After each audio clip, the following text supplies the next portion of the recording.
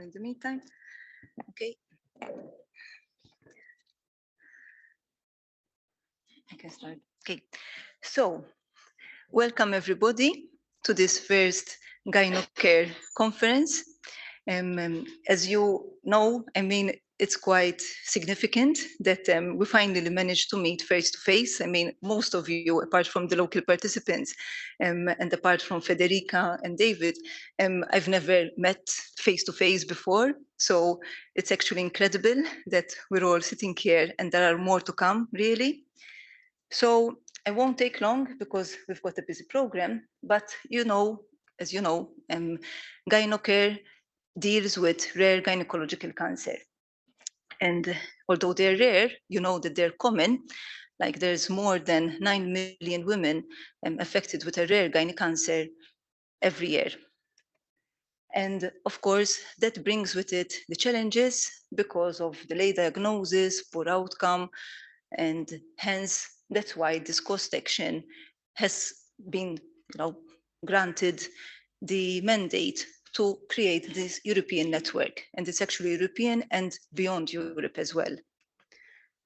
Who are we? So basically, those of you who were there from the start, you know that there was a bit of a crisis at one point during this cost action, but it revived again in October of 2020, where at that point were about 4 participants, but from 4 over the span of a year and a half, we're now over 140 members from more than 30 countries. Okay, some of you are here, others will be joining virtually, right? Others, because of health reasons, they couldn't be here. But I think that's a reason to celebrate. And where we are now in the old university. So this building that you're in, this is the Aula Magna of the Valletta campus of the University of Malta. This is where the University of Malta actually started over almost 500 years ago now. And it's a historic building because it was founded, I mean, officially by the Knights Hospitallers of St. John. And you see the 2 grandmasters who were involved in setting up this university. And from the very start, the Faculty of Medicine and Surgery and Anatomy, actually, because surgery and anatomy were together, it was set up in 1771. So actually, yesterday was the anniversary of the setting up of the Faculty of Medicine. It wasn't intended, but I mean, even the carnival yesterday wasn't intended actually, but we're lucky that it all happened together. And what's also significant is that the University of Malta started off with the Faculty of Medicine and Surgery, with the Faculty of Law and the Faculty of Theology. So the 3 pillars of the first University of Malta. And that's quite significant as well, because Gynocare actually is a multidisciplinary network bringing together the medical world, bringing together the legal aspect and the ethical aspect. So that is what our action is about, as you know. And in fact, all of you belong to one or more working groups of this action. Okay, so that's enough from me.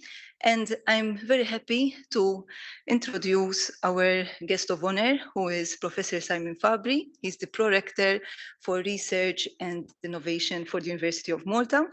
So a brief introduction. So Professor Fabri is an electrical engineer by profession. He holds a degree in automated control systems from the University of Sheffield. He's currently the Prorector for Research and Knowledge Transfer and Professor of Automatic Control Engineering at the University of Malta. His research interests include various fields of engineering. He is, over the years, has taken several administrative roles at the University of Malta, including the headship of the Department of Electrical Power and Control Engineering, the head and founding member of the Department of Systems and Control Engineering, Deputy Dean of Faculty of Engineering, and of course, now in his role as Prorector. So thank you for joining us.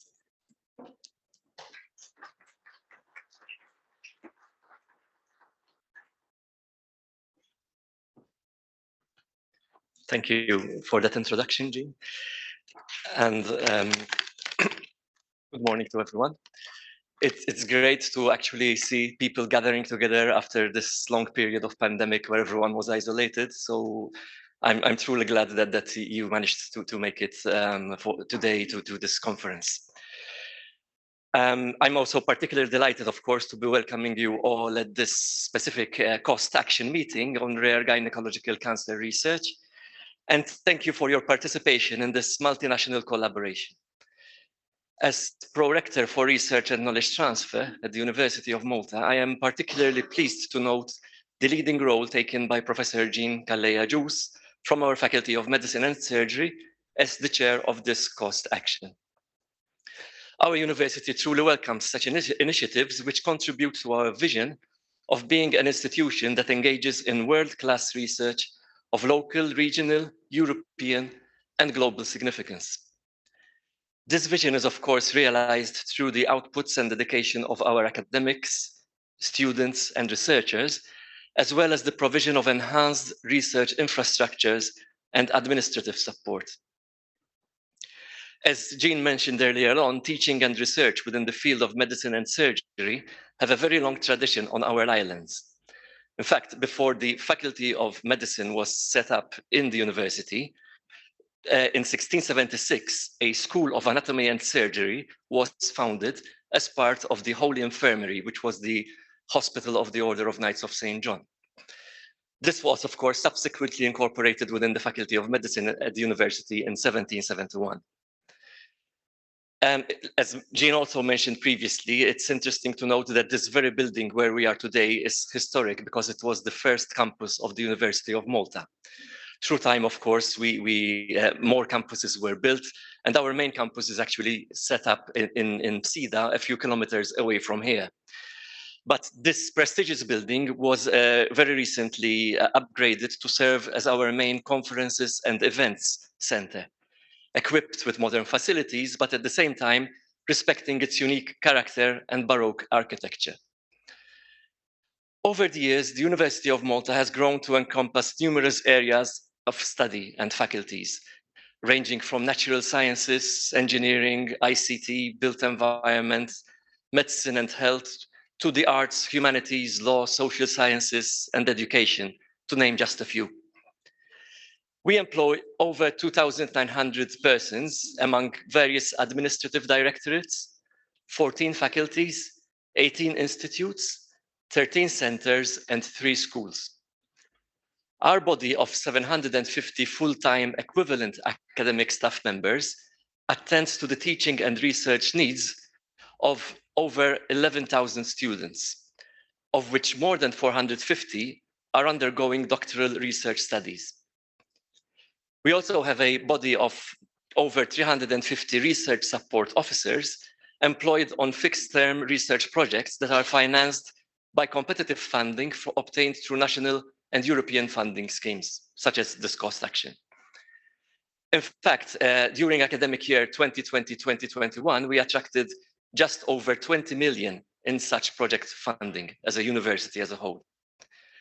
We are currently also implementing 2 mega projects benefiting from a total investment of around 85 million euro through European structural and investment funds for the further enhancement of our research facilities.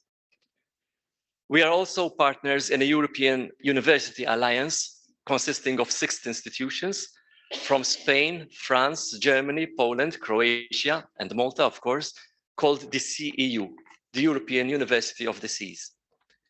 The aim here is to establish an international European university offering excellence in education, research, innovation, and knowledge transfer through the synergistic action of these collaborators. This very brief overview of our university brings me towards the end of my welcome address, because I am aware that you have quite an intensive program of activities over the next two days, covering several aspects linked to rare gynecological cancers, including, I am told, biobanking, regulation of clinical trials, links with the pharma industry, and others. So I'm sure that this event will provide you with a good opportunity to present your latest research results, to address new challenges, and to discuss innovative ideas, as well as, I hope, to provide further networking opportunities between partners and considering plans for even future collaborations. So, to end, I wish you a successful conference and hope that you will also manage to find some time for sightseeing and exploring Malta's interesting culture and rich history, while experiencing the warm and friendly Maltese hospitality. I thank you for your attention and wish you a good day ahead. Thank you.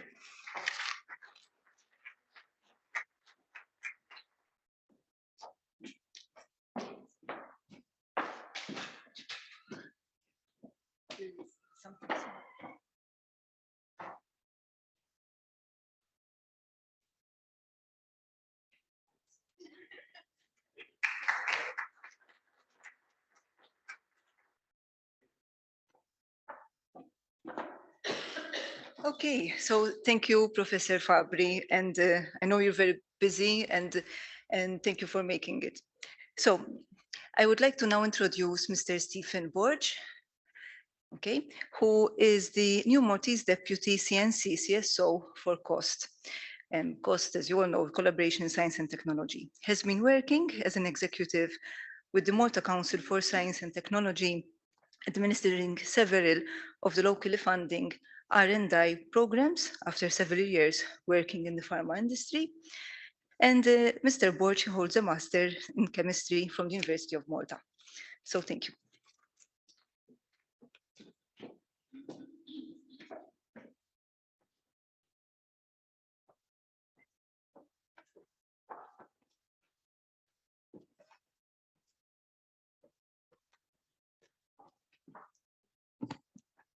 Hi. So, hello and welcome. As Jean said, I'm the new Deputy CSO CNC for Cost for Malta. I'm here in place of Dr. Janet Mifsud, or Professor Janet Mifsud, who unfortunately couldn't be here today.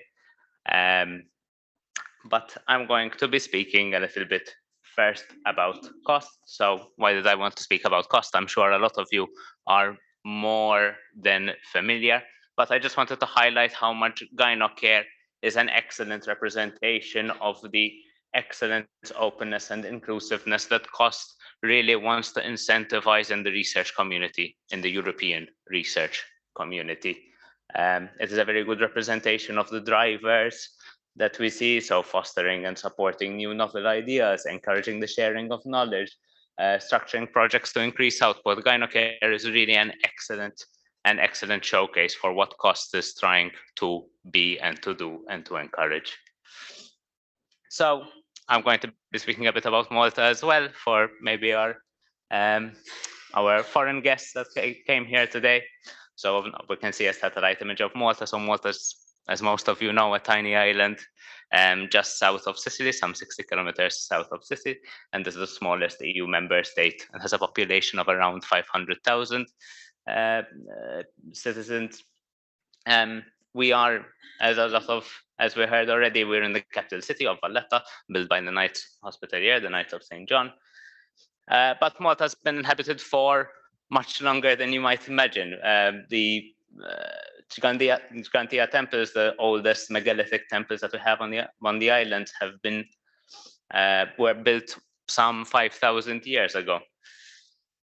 Indeed, Malta's history extends even further back. We know that there have been Maltese people running around our small islands for over 7,000 years.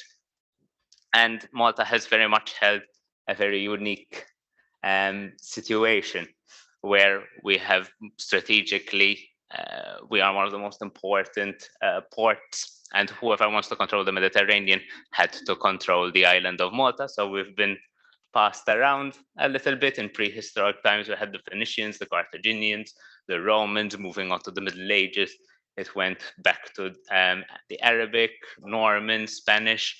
The Spanish then donated Malta to the Knights that we heard, and had a major influence on our island and the structures that you see when running around, especially Valletta. They founded and built Valletta, and the French under Napoleon. Eventually, it passed on to the British, and then we got our independence in 1964 and became an EU member state in 2007. Interestingly, this change of hands that Malta had is very much reflected in its speech. So you'll notice that I think we're the only Semitic language in a national EU Semitic language. And then we have layers of the Romance languages and English the further on you go through history. So I work at the Malta Council of Science and Technology. We heard a fair bit about the university. The university is definitely one of the major driving forces of research in Malta.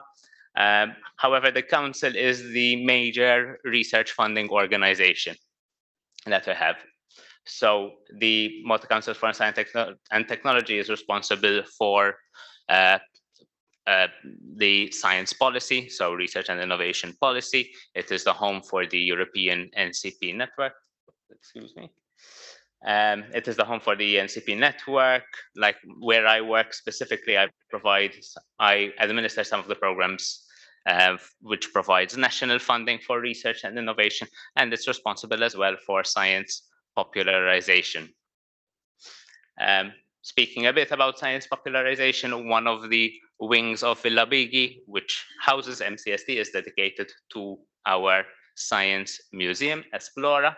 So Esplora houses a planetarium, you can see in the center image over there, and is a large and has many exhibits. It's quite large and it's quite entertaining to visit if you have the opportunity. Specifically, Malta in cost. So, like I said, we're a relatively small island. We have a relatively small population size, but we are a major. We make use of cost quite a bit. So you can see this is a graph from 2020. So in 2020 there were 290 ongoing cost actions, and we participated in around 70% of them. So even though maybe our research community is not so large, it is definitely very proactive and is very involved, particularly when it comes to cost. So that's it from my end, short and sweet as well from me. Gene, thank you very much, and I hope you have a very good stay.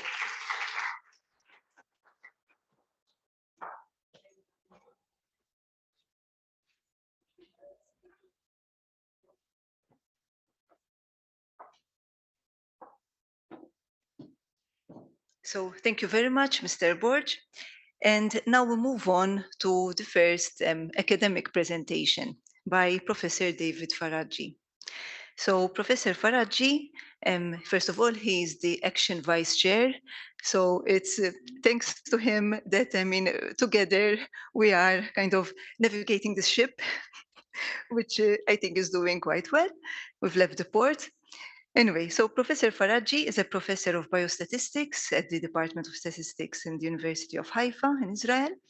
And for 12 years, he held several senior academic leadership positions at the University of Haifa, including rector between 2010 and 2016, and vice rector between 2004 and 2010. He held past positions at the Dana-Farber Cancer Institute, at the Fred Hutchinson Cancer Institute, and the Johns Hopkins Bloomberg School of Public Health. The main area of his research include clinical trials, developing methodology for ROC curves for best combination of biomarkers to predict disease, also utilizing covariates in the presence of missing data, and neural networks for survival data. So the floor is yours. Thank you.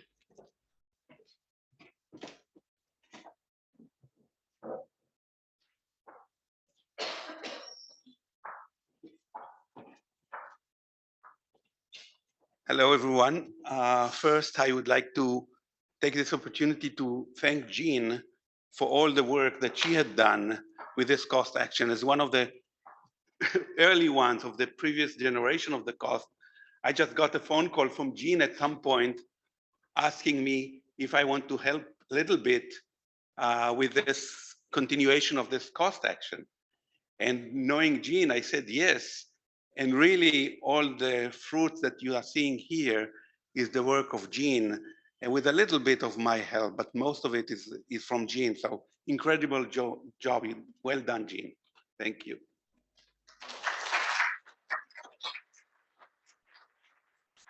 Okay, so yeah, the presentation first. So I will talk about. I will introduce to you Emodus. As Jean said, I'm a biostatistician, and this is and I was throughout my career, I was involved in clinical trials, both in cancer and other areas of clinical trials, and also one of the things that started this initiative was a clinical trial that we ran in Israel. We got from the NCI, the NIH, the NCHD, a grant to run a clinical trial at Data Coordinating Center in Israel with sites in the US, in 5 sites in the US. And with my partner, Noya Galai, which is here, we started establishing this new data coordinating center and developed a website for that remote siting that were all in the US and we were in Israel. So, and then I started being director of the University of Haifa and so on. But when I left the office of the rector, we talked how we can manage and make and facilitate running of clinical trials much easier, because we spent more than 1 year developing the program to run this clinical trial, to specify all the what is needed for the clinical trial. And we know that we know RedCap and all the other software that is there, but we wanted something that will integrate everything. And that's what I would like to show you today. And then after I left the office of the rector, we started developing that. And then COVID came, and this is really one of the first presentations of the fruits that we had done. So although it's in general related, of course, to clinical trials and not to GYN in specifics, but I think all of you are facing clinical trials. So I hope that this will be of interest to all of you. Okay, so this is a very busy slide. And as you can see, there are many types of designs of clinical trials. I'm not going to get into that. It's not just a presentation. You have randomized clinical trial, you have cohort clinical trial, you have case control, and so on. But what I want to show from this, that there are very many types of designs for clinical trials. And not only design, every clinical trial is very unique, and you have to develop everything for this specific clinical trial that you are running. You have different sites, different management, different visits, everything. So the idea here that we wanted to do is to create a platform of, and this is what I'm presenting now. The platform is called Emodus, and it's electronic management of data universal system. And the idea is to take to create this platform that will be, of course, on the web, and that's what I want to show you actually in the second half of my talk. I want to show you the website that we are using live in this. That's what I want to show you. And it will involve all the aspects of a clinical trial. And I will show you an example that I prepared very quickly of a clinical trial. And it's a very easy adaptation to any type of clinical trial, as you will see. And it's highly intuitive and easy to navigate interface for all users, because what we are thinking, I'm a biostatistician, but the whole idea of this platform, the users are not the biostatistician. It's not a biostatistic software that will analyze the data. The output from this software is an Excel file that will be uploaded to a statistics software. This is not the idea of Emodus. The idea of Emodus is that how you manage a clinical trial. So Emodus will be able to translate any study protocol. So you take any study protocol, and I can very easily translate it into a computer program. It's easy to learn. It's built in. What is important is the built-in quality measures, and everything was quality controlled before. And it's secure data transmission for nurses, for lab, and for patients, and leads to a reliable, valid data to inform policy and decision making. So just a few features. One feature is the modular structure. It offers great flexibility in adapting the complex study protocol. It's user-friendly, it's fast, reliable, and secure. Everything is on the web, so it can be a multinational clinical trial. It's a real-time management of study participants, ongoing quality control, and a dashboard display of the study progress. Those are the main features of eModus. So eModus, again, it's a unique program that is structured with rich inventory. It has a checklist of tasks for each visit. It's a structured web-based questionnaires. You can have questionnaires there. You have a randomization, patient randomization, specimen management. Many times you send specimens to the lab, and also one feature is the patient self-report. Now more and more, you are asking for the patient, after they are visiting the clinic, you are sending them an email or an SMS in your on your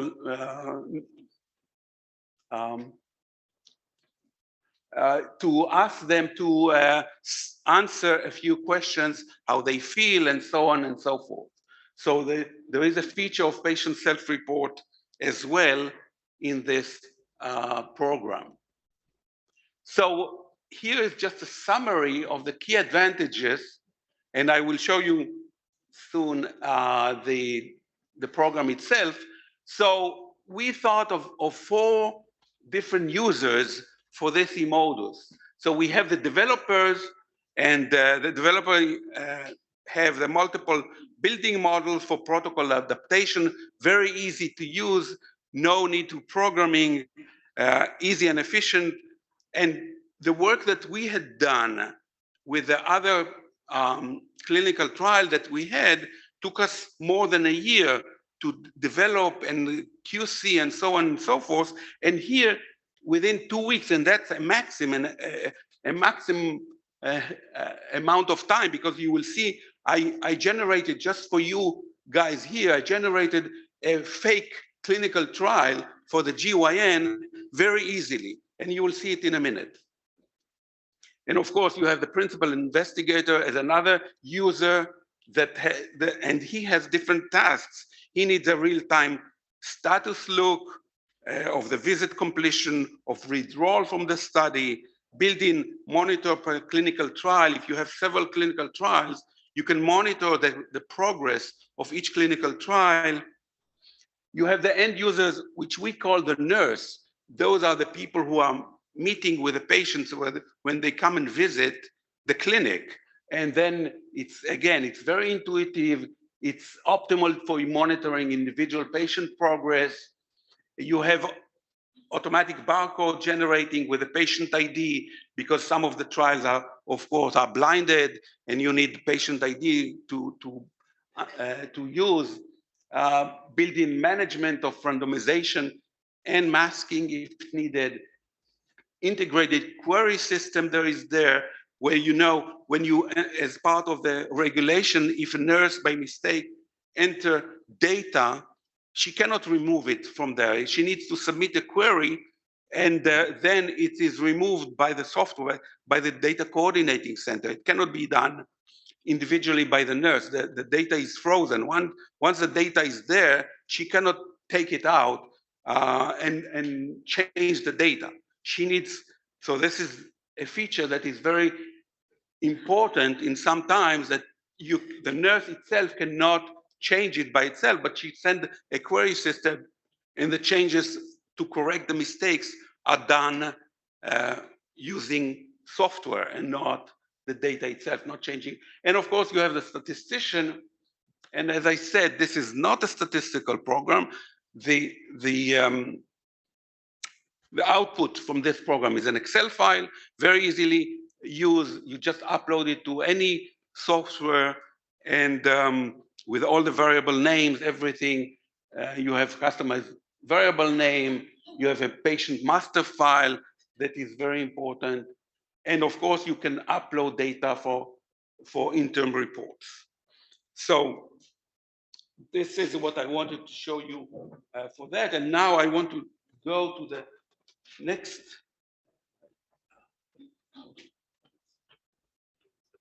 Yeah. So now what I want to show you is actually the website.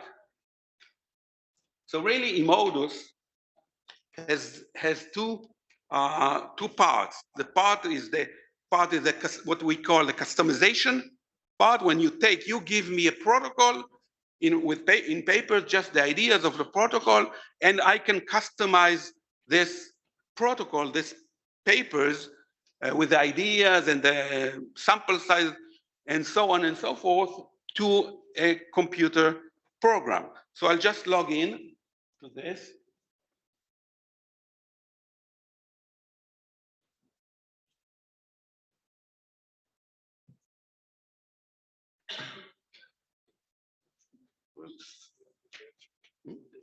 No, it's okay.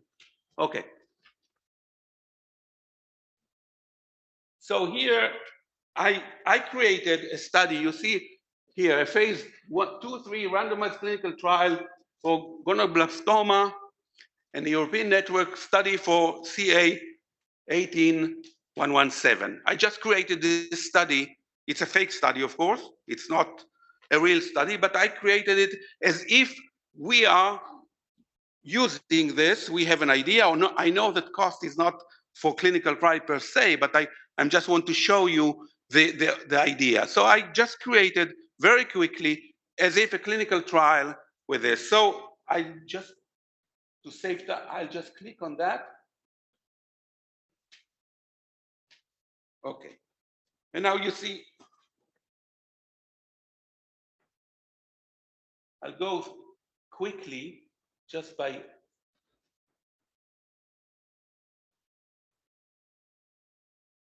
Okay. So here is a few information that I put in here. The name of the trial, the whatever, its the organization is EU, EMA, the sponsor. I put Professor Charles as a PI for this study. You see, I put Sharon O'Toole as the medical monitor. I just picked up different names that I hope some of you are here, and then I put more and more information here, the protocol, the initiation date of the study, and so on and so forth. Just administrative stuff that you put here. You put the sample size here and a few files, which are, I'll just go on. And then the next step is you put the eligibility. So you put the eligibility criteria for the study, the inclusion criteria and exclusion criteria, very easy to put in. And you can add more and more inclusion criteria and so on. Okay, and then if it's a randomized study, you put the arms. You have arm 1 here. I put a 2-arm study, arm active and control, and I said that the allocation is 100 to each arm. And I put sites, few sites. For this, again, you might recognize yourself in this sites that I just picked up. You know, University of Malta. I used Tirana, University of Tirana, American College in North Macedonia. I don't know if Vera is here. So hi, so that I used you as well. And I used someone from Lisbon, Dr. Maria Santos. I just picked up a few sites, you know, and you can put more, and I put myself as a DCC, as a data coordinating center. So here you just put in how many sites you have, and you can add more and more sites to this, okay? And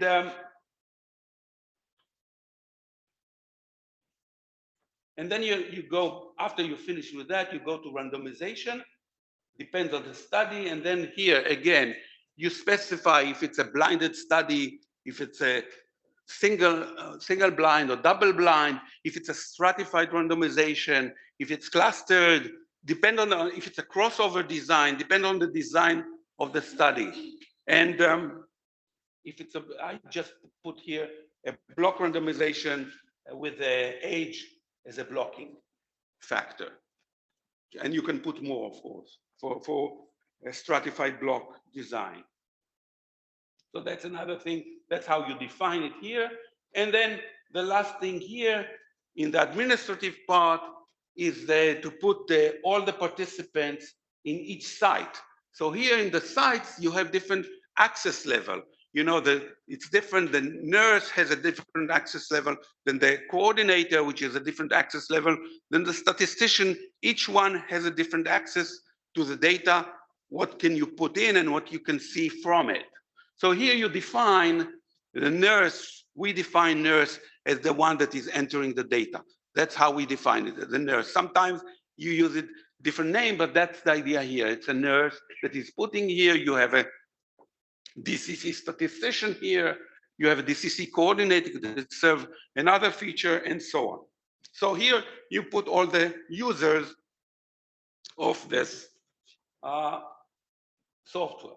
And then the last thing that okay, and then you move really to the core of the clinical trial. That's what's administrative, and now you define basically the sequence of visits. In visits in clinical trial, any clinical trial, you see here. So what we have here is just a sequence of visits, and sometimes you have more than one sequence. Sometimes in a clinical trial you have an event that needs to go. You need to go to a different sequence. So you just here, I just call it the first sequence is TR1, second one is TR2. That's a different sequence, and I won't go, of course, in all of this in detail. But if you can go in here, and if I go here, you see the checklist. You see the checklist of the screening visit. That's the first visit. It's all the checklist of the screening visit. You can put in everything here. You see, if I put the edit, you see you have all features, all things that you can put in here. You can put a date type of questionnaire, text, randomization. You decide in which visit you put randomization. You have a QR, and you have all sorts of features that you can put to a different checklist. So this in the screening, usually in the screening, you put the eligibility criteria. That's the first thing you check. You check for eligibility of the patient. And this is already, remember, we defined it before. So now this is coming in automatically when you are clicking on the eligibility criteria. And so on. So I don't want to go into much more details of this, but you can see here, and then if you go to the randomization visit, again, you have here, you see here, that's the second visit, and you stratify by age. Remember, that's what I told you I did before, and then you click on the randomize this patient, and you get an intervention. And in intervention, the computer is, if it's a blinded study, it will give you a blinded intervention with just a number. So that's basically I'm just showed you the customization part. And now, just very quickly, I will go to the other one, to the production. This is, okay, so that, we need this. Okay. And now I'm logging into the system as a nurse. Now I'm as a user. That I finished customizing the clinical trial, and now I'm using it as a nurse.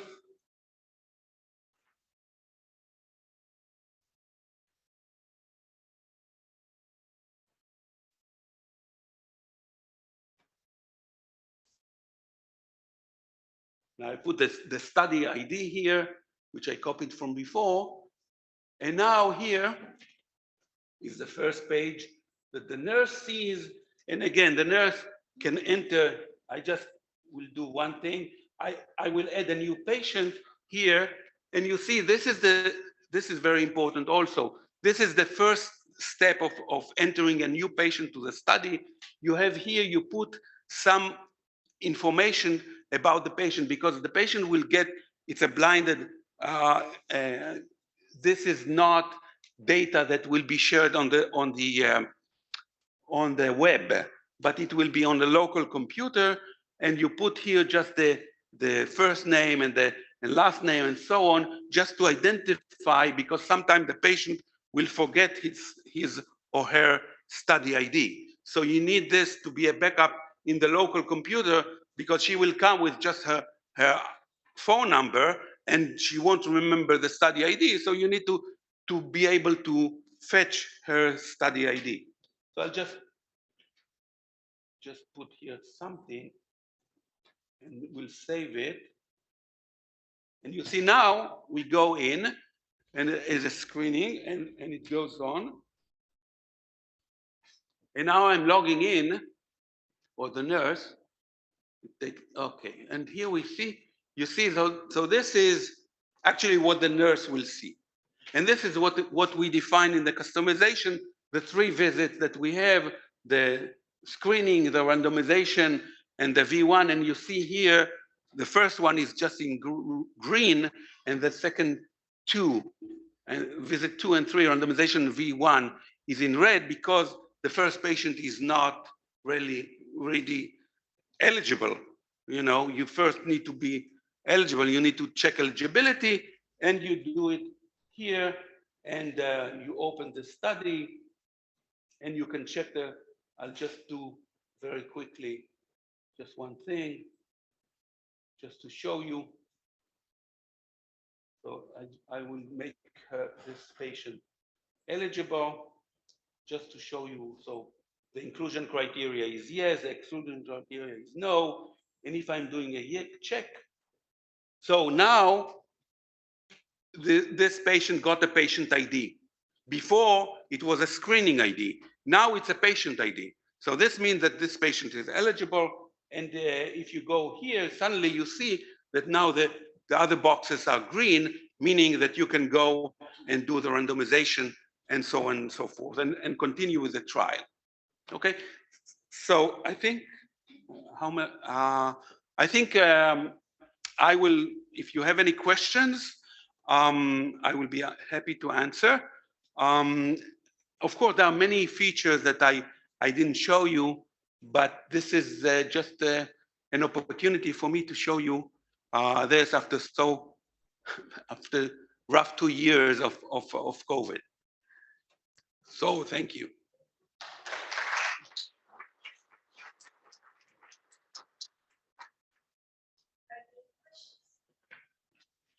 Yeah. Okay. Okay. It's okay.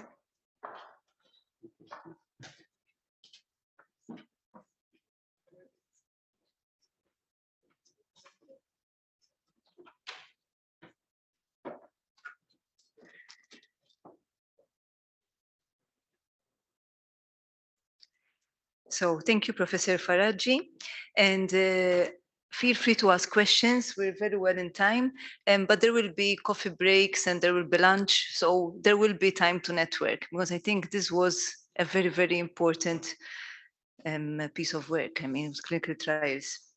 Okay, now I'll introduce our next guest speaker, Professor Antonio Giordano, who has been crucial again in the revival of our cost action So Professor Antonio Giordano, he's an Italian-American pathologist and geneticist.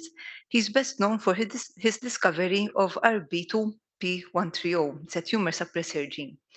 So Professor Giordano is the president, founder, and chairman of the board of the Sparrow Health Research Organization, which is a non-profit organization committed to funding excellence in basic genetic research and also to foster training among doctors.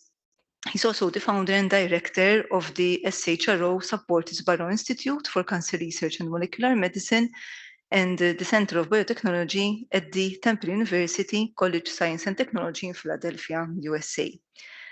And we really appreciate having flown over from the USA just for our meeting. So the floor is yours, Professor Giordano. Thank you so much.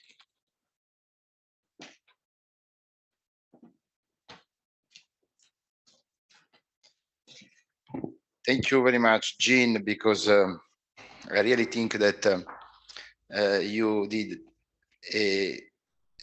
truly a fantastic work in keeping alive and improving, actually, because not only you kept alive this program, but you were able to improve and transmit the enthusiasm, okay, the enthusiasm to all of us on a program that I'm sure that is going to give a lot of satisfaction and positive surprise. My interest in my work is understanding the molecular mechanism by which oncogenes, tumor suppressor genes, alters the growth status of human cells.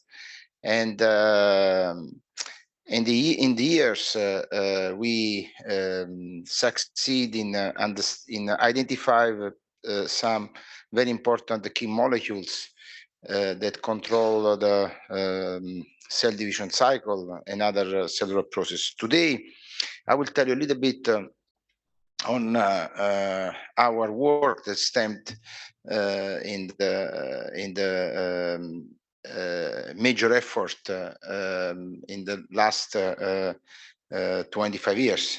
Don't be scared. I'm not going to tell about 25 years of work, but I'm going to give you highlights of how really our work evolved. Okay, from the cloning the gene to the mechanism and to even how this discovery were translated also to clinic.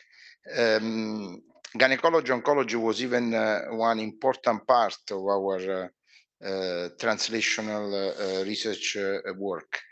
I'm going to touch on some of the historical and present finding that we had, and then also Professor Pentimalle will tell you some even more interesting details of our work, since we collaborate for many years, and also she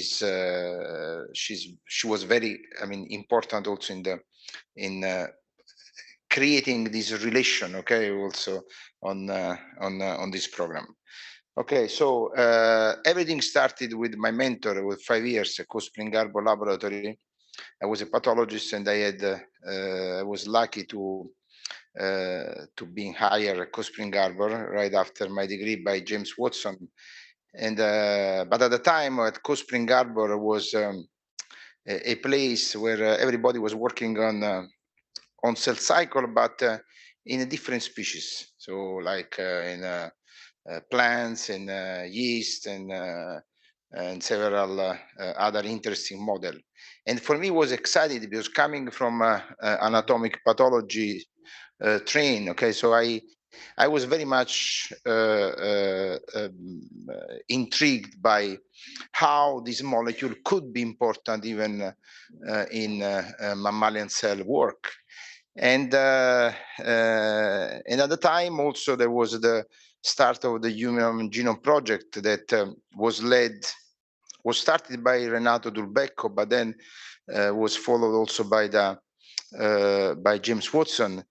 And I came up with sentence at the time, because when it was sequenced that, everybody thought that, well, now we know the entire genetic makeup of our genes in our body, so we know how to cure any type of disease. Correct? I mean, you know, as a brilliant statistician, and you know that that's not really true in a certain sense. It was fascinating, but it's not true. But what is true is that understanding the molecular mechanism of growth control became actually of the identification of genes. The genes that is a gene that is important for responsible for the mechanism. So you heard several times identify gene involved in breast cancer, in ovarian cancer.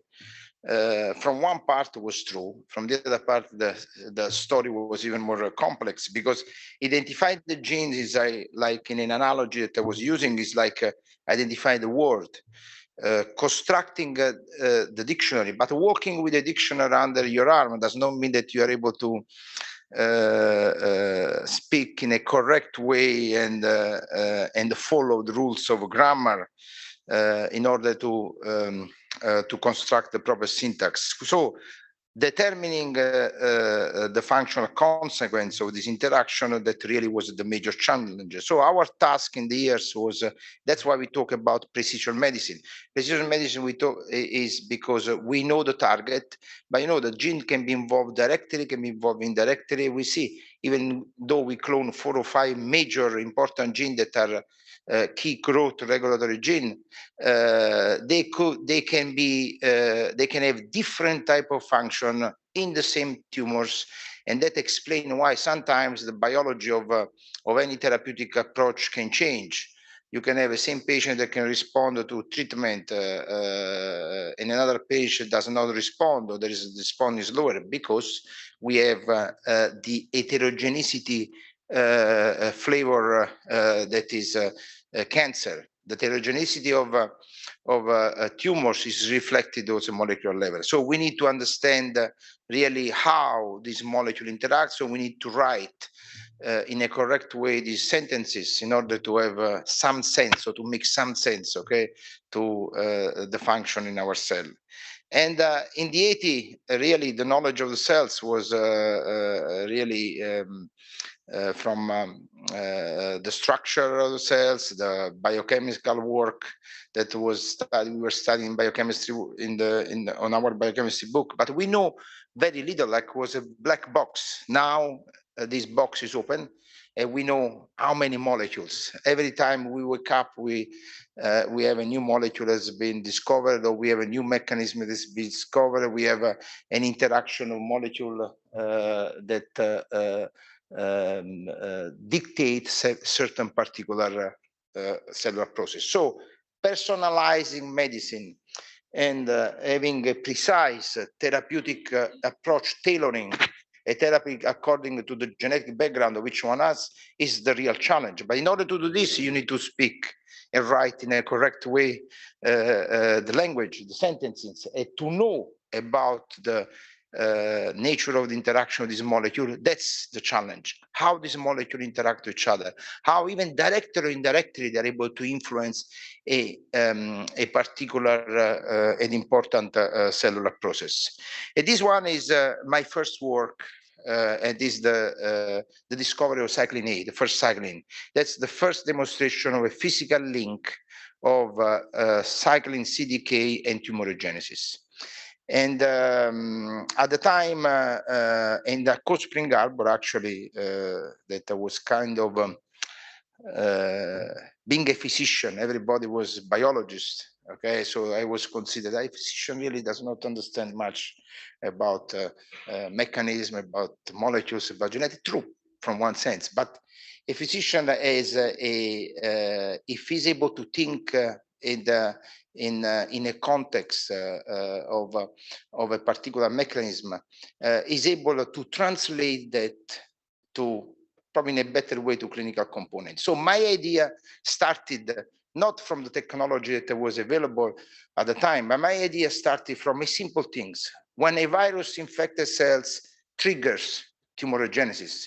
So we have D1A, we have D7 of papillomavirus, and this discovery led also to that kind of work. The first cyclin CDKs, cyclin E, CDK that you see on all the chart.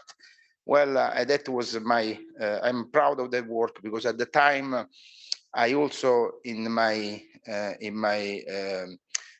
when I was writing the paper, and I was said this really will be important because some of these molecules will be definitely some important target in designing drugs that could tackle this important checkpoint of cell division. Everybody was talking about proliferation. It was talking about in a journalistic way, like the cell get crazy. Okay, so that's why the cell proliferate. Okay, from one becomes two, and double their DNA, and then the mechanism goes wrong.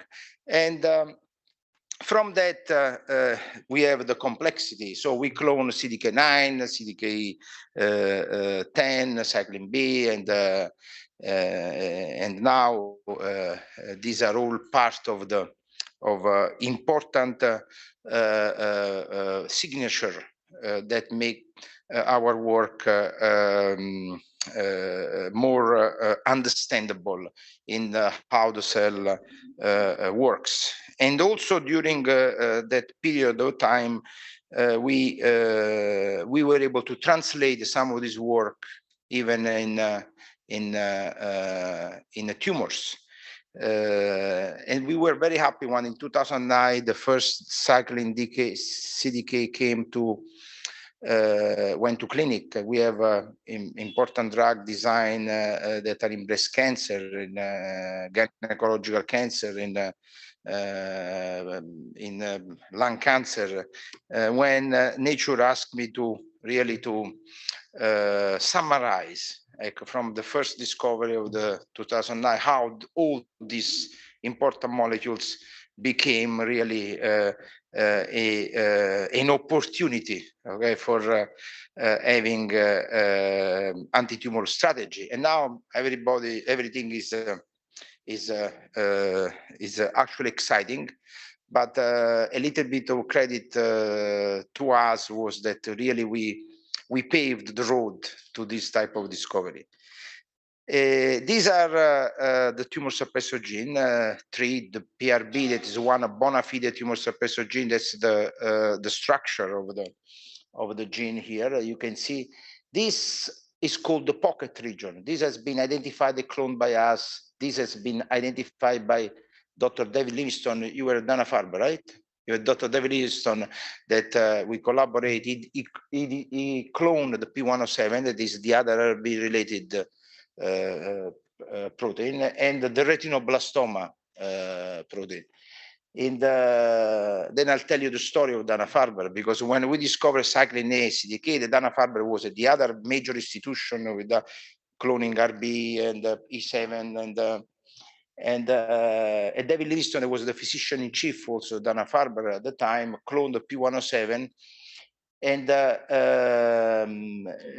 I was close to go be hired by Dana-Farber, but in order to compete, to clone my own gene, the third one, I had to be somewhere else. So that's why I was not. In fact, we cloned the P130 RB2 before anyone else. And interestingly, all these three molecules, they have the so-called pocket.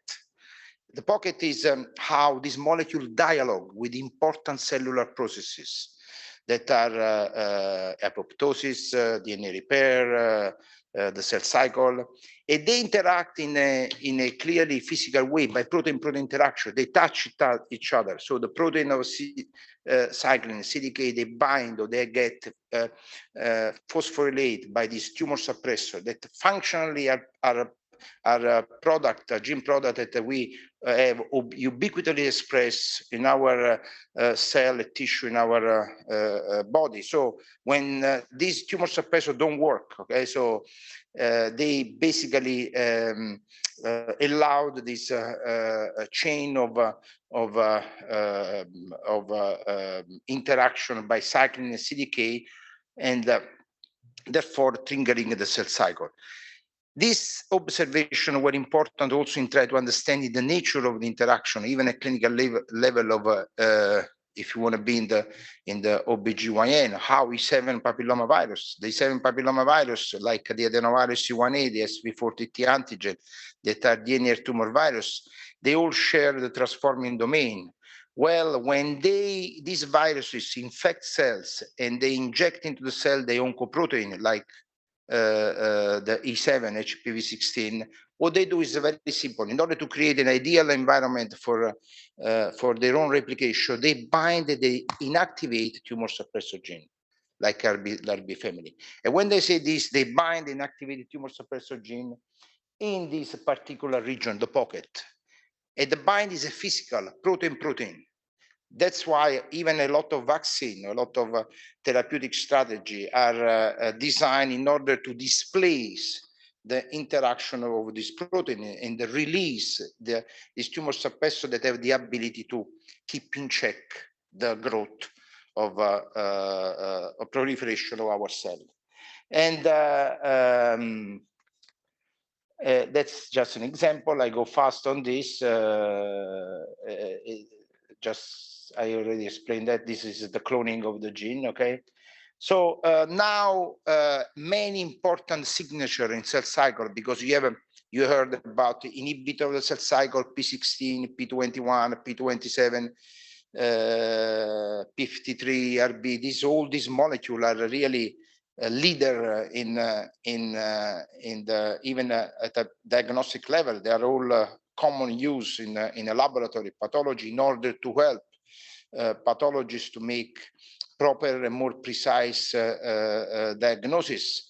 And also they can dictate, they can help the clinician to be more precise or more able to target their therapy. That's how you tailor the therapy. When you talk about precision medicine, that still is not too precise because we don't know yet how most of this complexity or this mechanism they work. But we are getting closer and closer. You can see every kind of tumor as a cell cycle signature gene, okay? It can be directly, indirectly influenced by even several other pathways like AKT. And Dr. Pentimali did a really brilliant observation and work on how there are different signaling into the cell that could interfere with this important molecular mechanism. And I'll go fast on this. We talk about the cell cycle, okay? So that is the equilibrium that exists between a positive regulator like growth factor, oncogenes, and tumor suppressor. This equilibrium that I simplified here, that you saw, that is much more that has much more complexity. It can be perturbed or disturbed by the presence of a virus, of genetic damage, environmental factor, that is another our main area of research, the impact of carcinogen, how this carcinogen could interfere the function at molecular level. Okay, we did also some important work in ovarian cancer, and the RB2P130 maps on a region on the chromosome that is very interesting because this region is frequently found deleted in human cancer, for instance, ovarian cancer. Ovarian cancer, there is the fragility in that segment of our chromosome. So, and we did also application of this gene in the correlation with tumor progression. We were the first to demonstrate that this gene is very important in the grading and the link to the poor outcome in endometrial cancer in a paper that we published in Journal of Clinical Oncology. And we did several other works, though the expression lost in gynecological cancer, in ovarian, endometrial. This is the early work until the recent work also by Professor Masciullo, Cattolica University in Rome. We demonstrated that the RBO overexpression in serous and endocervical mucinous tumors are at higher risk to develop peritoneal implants compared to the intestinal histotype. This could be useful in selecting those patients who could benefit of more aggressive therapy. That's one of our latest studies, okay, on with multi-center study that with the University of Rome, with the Temple University, and some other university, and hopefully we can do even we can follow up this study even here. This on lung cancer. This tumor suppressor is present high level in lung, and when you lose, okay, the expression of this gene, you have a pathological state that is arising in lung, and is completely absent in lung cancer tumor. Is gone, and the disappearance of this is due not only by mutation, but can be due also by some epigenetic events. Okay, it can be methylation, can be viral interaction, can be also carcinogens. So that suggests that we cannot rely only on the mutation, because you can have apparently a gene that is healthy. So that's this gene is healthy. In fact, in lung cancer, you saw that the gene was going down. In mesothelioma, instead, like here is an example, the gene is present at high level. So we never had the intellectual jump in understanding at the time why this gene in lung cancer is gone, and in mesothelioma it is even more aggressive. Okay, the pleural cancer is present at high level. Well, the story that was interesting with that in collaboration with Dr. Carboni, that in some patient, even though they were not exposed to asbestos, there were presence of viral sequence. There was present of T antigen somehow in that generation of population was contaminating a batch of vaccines. Okay, so they found actually the presence of SV40T antigen. This is a paper that was actually very controversial for the pharmaceutical company, but was very successful and was published in Nature. And today we saw that the limited population had some contaminant of SV40T antigen. There was a virus that was never found associated to human cancer, but somehow, okay, if it's injected directly in the pleural tissue, is able to develop mesothelioma. And this just is a summary that shows that SV40T antigen, E1A7, they need to bind into the cell this tumor suppressor in order to replicate themselves. So I was telling you that at the beginning when I was introducing. Okay, as you can see, a papillomavirus, E1A, SV40T antigen, same family, they have a sequence of a few amino acids, 5 amino acids. This sequence is the one that triggers the transformation in human cells. You need to replace only one amino acid, that you lose the ability of this virus not to infect the cells, but you lose the ability of this virus to transform cell. In fact, this observation was turned in a positive way from scientists that was developing vaccine. Have you heard the delivery of vaccine with adenovirus?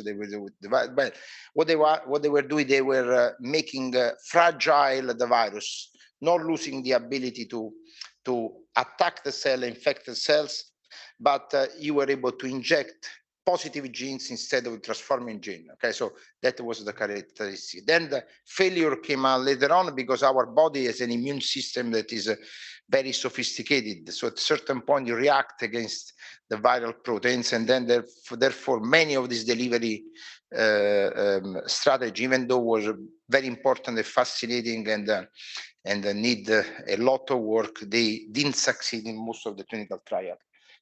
Another example, this protein are a nuclear protein. Okay, so this nuclear protein, they are considered nuclear because they have a sequence that they call nuclear localization signal.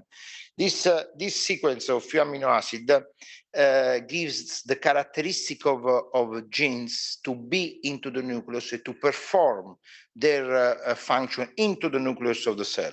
So somehow, if you have a mutation in that nuclear localization signal, this is displaced from the nucleus to the cytoplasm, and the tumor suppressor is not functioning, so lose the ability to hold the growth of the cells.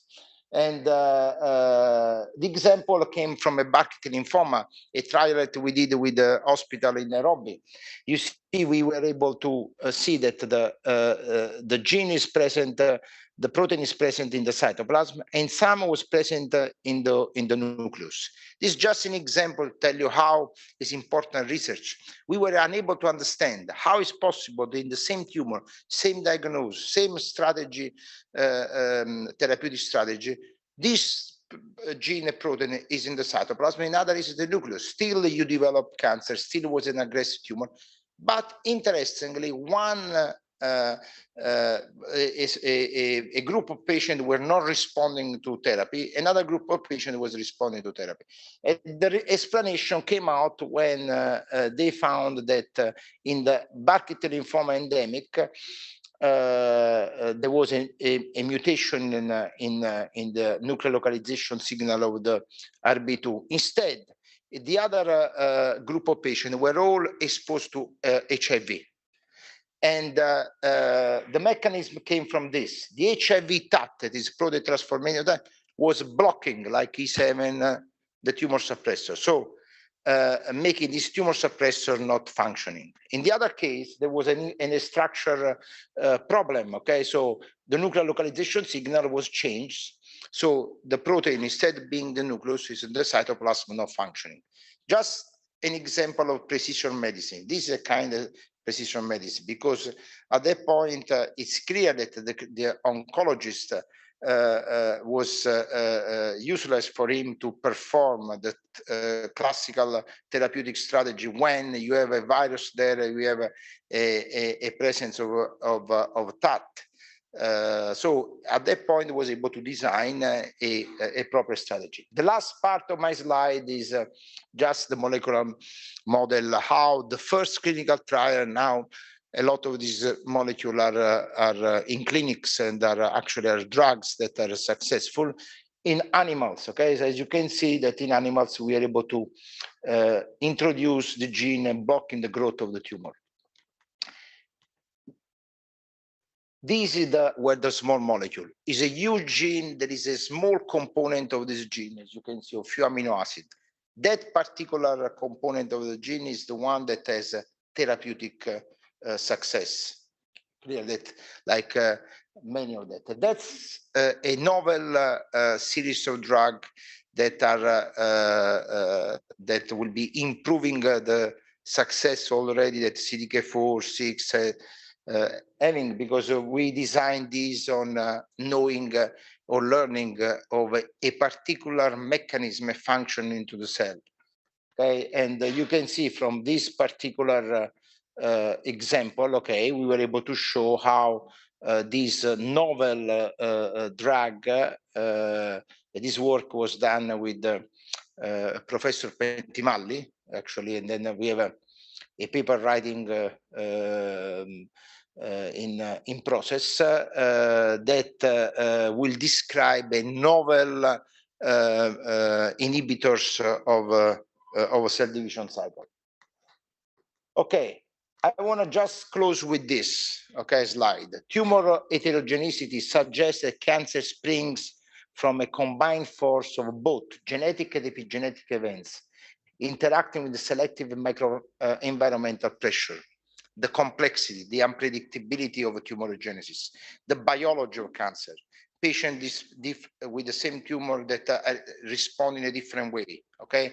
We have a series of genetic, epigenetic events. So the knowledge, I'll jump this, but the knowledge of a molecular mechanism that cell used to maintain the balance between growth and death will help to understand the causes of cancer. This equilibrium, try to understand really how all these complex pathway are functioning and which one are the troublemakers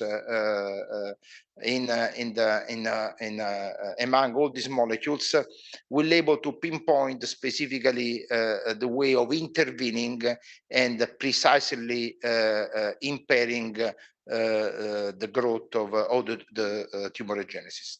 Thank you.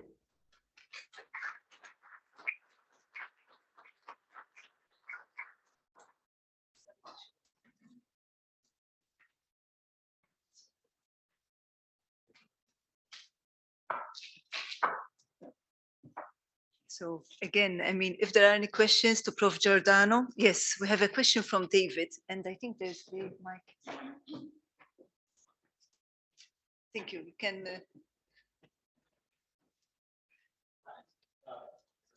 Yes. Thank you for the fascinating talk. I was wondering if you could comment on the utilization status of retinoblastoma, particularly whether there's any difference in where there's overexpression, underexpression, as Joma mentioned, and whether that is an advantageous therapeutic way we could intervene. Mesothelioma is one of our major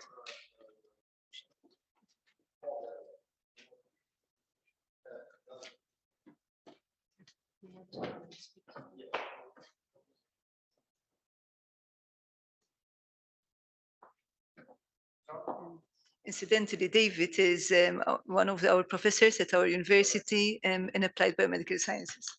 So the question is, David, right? Yes. The question of David is the knowing about the expression of retinoblastoma? The ubiquitination. Okay. Retinoblastoma is not a person that is a gene, a protein that tends to be ubiquitinated, but retinoblastoma is regulate a series of molecules like cyclin-dependent kinase, and somehow some of these interactions that they have into the cells tend to degrade, okay, some important molecules that are part of the pathways. For instance, cyclins. The possibility to degrade cyclins that you know is a regulatory subunit of CDK. CDK works independently, but then the cyclin gets synthesized and in a particular stage of the cycle, cyclin E, cyclin D, cyclin A, and there are evidence of a group of family of ligase in the ubiquitin genes that somehow they interfere, okay, with this particular process. On the top of that, there is another level of regulation that are phosphatase, okay, that because you know the phosphorylation of the retinoblastoma protein is a negative event. If you phosphorylate RB, you block RB, and you displace D2F from. I go more in detail because I realize that you know about this, right? I was wondering whether therapeutically, yes. Therapeutically, the bulk of all these molecular pathways, they are targetable. So they are targetable on reproduce the function that RB has as a tumor suppressor, or try to interfere and block or degrade some of the molecules that are interfering with the growth. And RB family is a master regulator of a lot of these molecular mechanisms. Exactly. The P53 is exactly like P53. The difference between P53 and RB, that RB family different from P53 dialogue directly. When you say directly, means that interaction, the protein. Okay, the only link with the cell cycle that P53 has is with the P21. That is an inhibitor of the cell cycle. And you can have both a function that is directly or indirect to that. Anyway, I don't want to scare everyone, but the question is, it is important, and everything that links with this complex pathway where these guardian of genome are involved are all studied intensively because are all targetable. And the new series of drugs will be a lot of work for you for the clinical trials. Okay, so because there is a lot of molecules, okay, that basically are going to clinics targeting all this cellular process.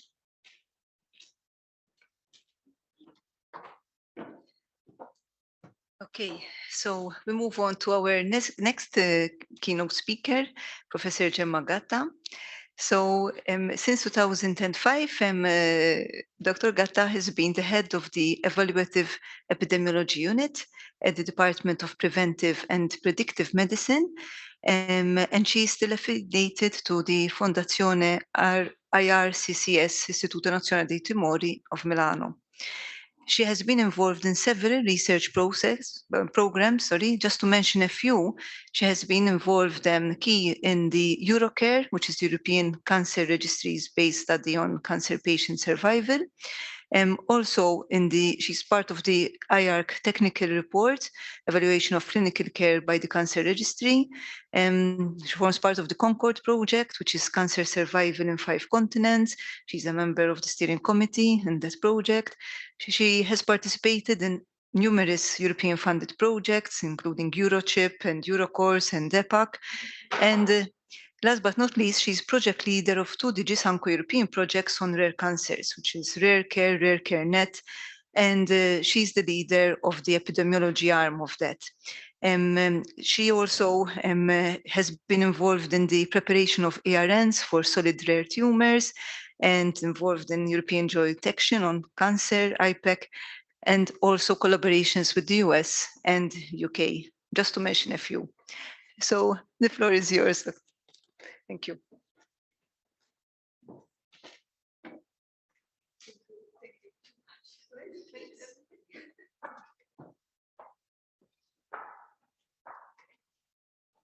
Good morning to everybody, and thanks a lot for inviting me to this meeting.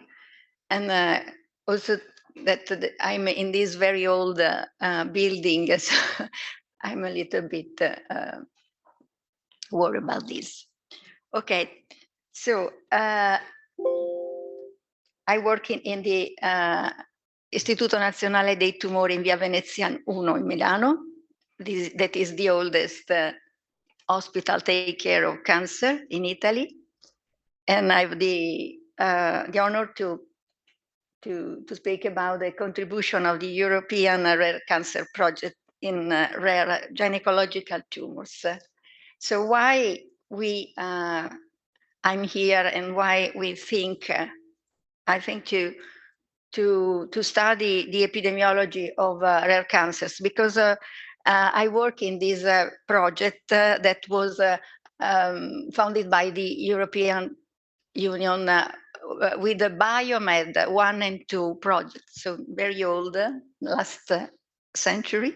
And this is a population-based survival study that give you the survival for all tumors, all site cancer tumors in many countries in Europe.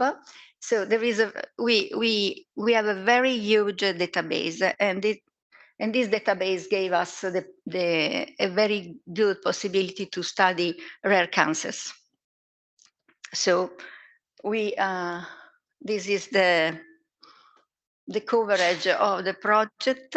Many population-based cancer registry contributing data, about 100 cancer registry to this project.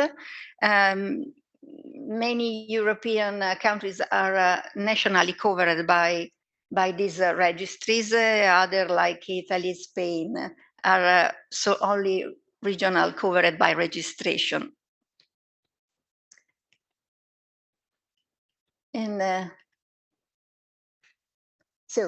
and all the data I will show you are available, are accessible from all of you on these 3 websites. the Cancer Today by the IARC, from the website of the Eurocare, and from the website of RareCareNet, which is the last project on rare cancers. And you have the search tool in the RareCareNet, and you can have the graphs and the tables I will show to you. Yes, why we think that important to study rare cancer. I was involved in the rare disease task force, the European rare disease. So I think that probably rare cancers are a group of disease a little bit different from all the other rare diseases. And which I understood that because we have the population-based cancer registry, probably we can estimate the burden of rare cancers, and in that period, this was not known. We thought that rare cancer are often inadequately diagnosed and treated, so it is important to recognize the burden and which cancer are rare. Also for rare tumors, there is a lack of clinical expertise, and so is a priority in public health. And so these are the two projects, the first Rare Care and the last, the RareCareNet, with a little bit different objectives. And the first just and simply, we wanted to provide definition on rare cancers and to provide a list of rare cancers, to estimate the burden because it was not known, to improve the data quality in cancer registration because, of course, it's not easy to identify correctly them in the population, and to develop a strategy for the diffusion of information among the key players, so especially in public health and clinicians involved in this. The project lasts 3 years.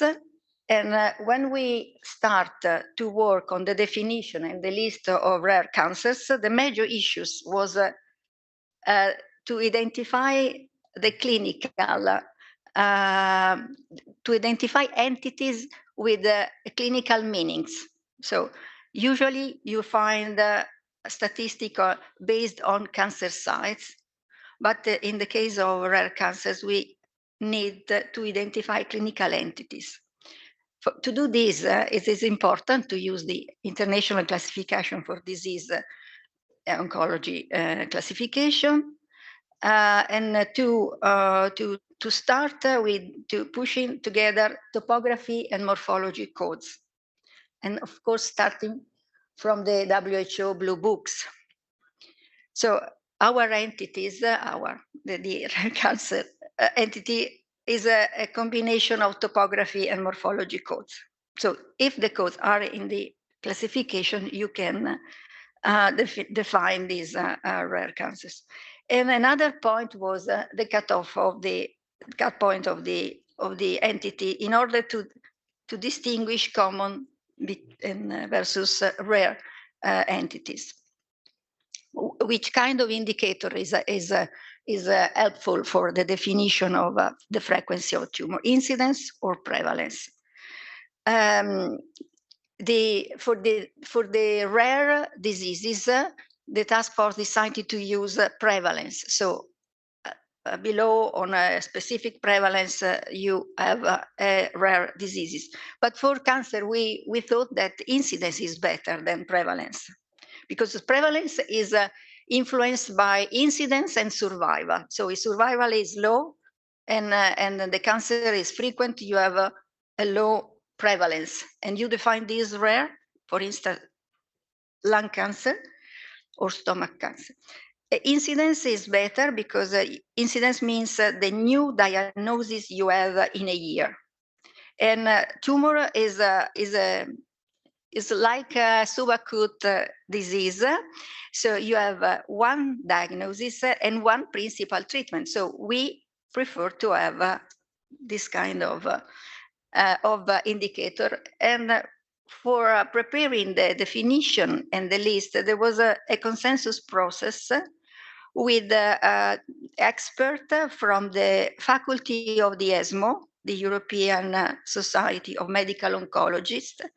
And the group was also including epidemiologists, association of patients, geneticists, and public health people, and medical oncologists and surgical. So at the end, we were able to provide the definition of rare cancers and the list with this project, the Rare Care project, to estimate the burden of rare cancer, to improve the data quality, and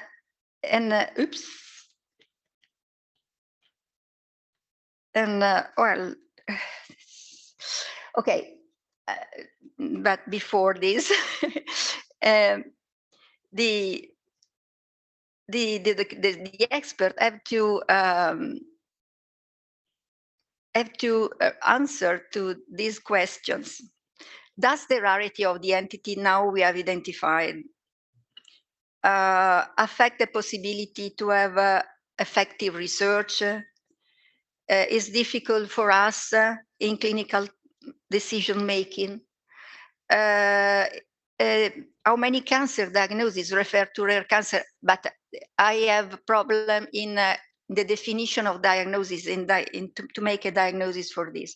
So considering these questions, we decided to have a threshold of an incidence below 6 per 100,000 per year, but we thought that maybe this is a threshold too high.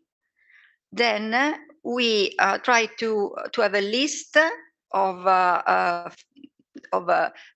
entities that are excluded if we consider 3 instead of 6. And this is the tumor that we would have been excluded with a lower incidence rates. So the glial center nervous system, the epithelial cancer of cavity, gallbladder, soft tissue tumors, tumor of testis, and so on. And clinicians decided that this list of tumor provide problems in diagnosis, in clinical decision making, in research. So at the end, we decided for a cutoff of 6. Okay, the cancer list is available on the website with the rationale and the search tool, and some feature of rare versus common cancers. This is the incidence rates by age, and you see that for common cancer, rates is higher in the oldest age group of patients, and for rare cancers, the incidence is higher in the youngest group of patients and lower in the oldest. And what about survival? Survival, 5-year survival are similar in the youngest patients, and the survival decrease for rare cancers with increasing of age. So there is a difference in 5-year survival. If we consider all rare cancers together, 5-year survival is 48 versus 64 for common cancer. And I told you that we were able to define to estimate the burden about incidence, about the number across European countries. So you can have here the list of countries with the number of total rare tumors by countries. And you may see that there are countries like Cyprus, Luxembourg, Malta, and Iceland with less than 1,000 per year, and other like Germany, France, and Italy with a very high number of patients. And this for a very rare tumors you may see that in 1 year, just one case for adrenal cancers.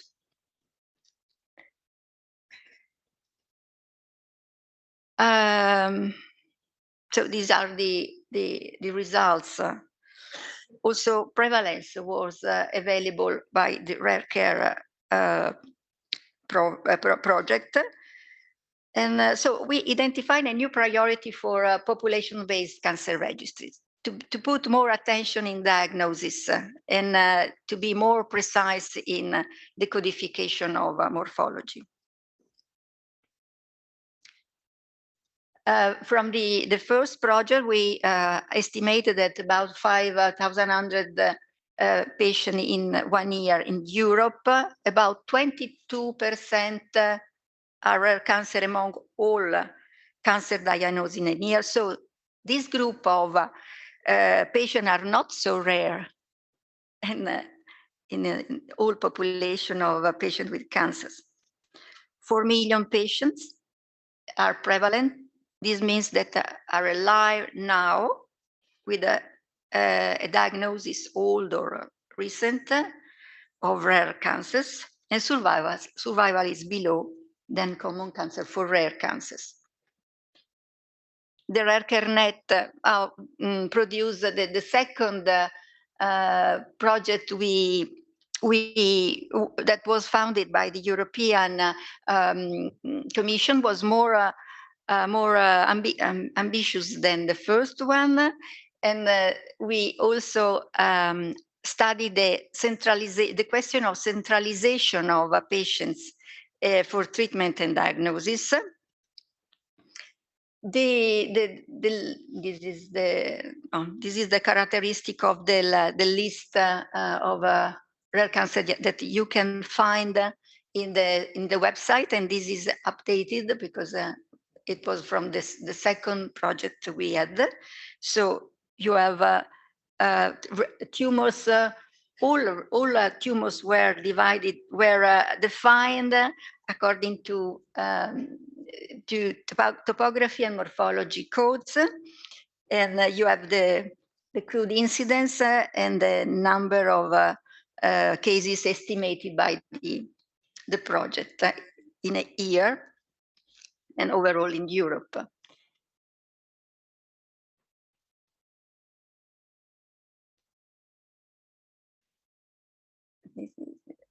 This is the search tool. But from this search tool, I derived the graph I will show you. And last, the European Union decided to have an European joint action on rare cancers. This was important because of the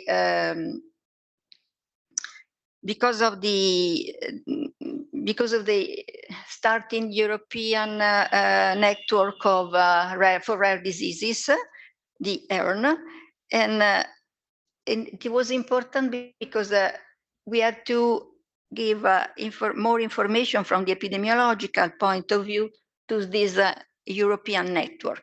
And the European network are important because are more important for small countries. So it's important to transfer patients from one country to another. Patients, or better, the information, the examination, the story of the patient, in order to have more possibility to give the best treatment, or to include the patient in the clinical trial. Well, and these two graphs are from the IARC website. The IARC estimate in 2020, so very close from us, the 10 more frequent tumor in the female population, and it was nice, interesting to see that in the world, if we consider the gynecological cancer, cervix uteri before and corpus uteri are among the most frequent cancers. In Europe, cervical cancer disappear, and it is more frequent the corpus uteri tumors. So this was the statistic we had simply by the IARC. But we cannot know more about rare tumor or gynecological cancer. This was the last table I would like to present to you in order to list some groups of gynecological tumor, the rare epithelial tumors of corpus uteri, cervix uterus, the adenocarcinoma of ovary, non-epithelial tumor of ovary, epithelial tumor of vulva and vagina, the trophoblastic tumor of placenta, and the soft tissue sarcoma of uterus. So I will show you in my graphs and tables this group of tumors. So you have the number of cases from which we estimated crude rates, and we gave the estimation of the number in a year in Europe of this tumor. So you can see that the most frequent are the epithelial tumor of ovary, and also the cervix uteri also is higher, but in Europe, this tumor is becoming rare.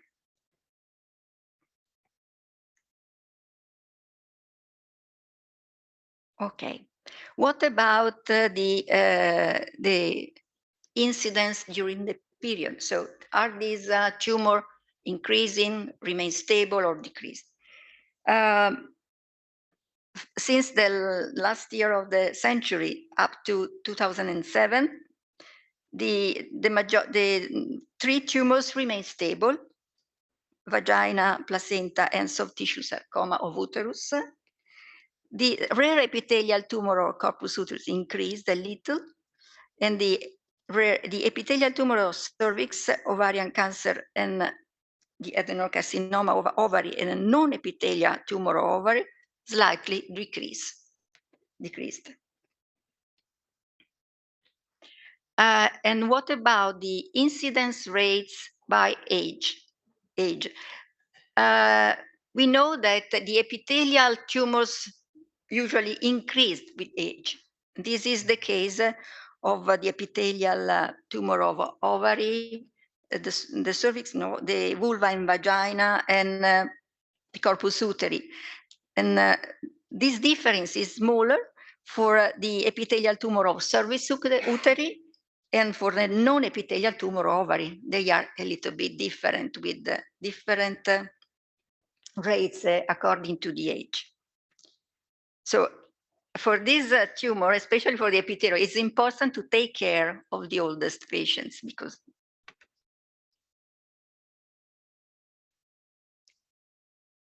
and what about survival? Again, a large difference is of a 5-year survival across these tumors. The non-epithelial tumor of ovary and the trophoblastic tumor of placenta, probably, as you expected, are the best, with the best 5-year survival. And we found, again, as you expected, the low survival is for soft tissue of uterus, for epithelial tumor of ovary.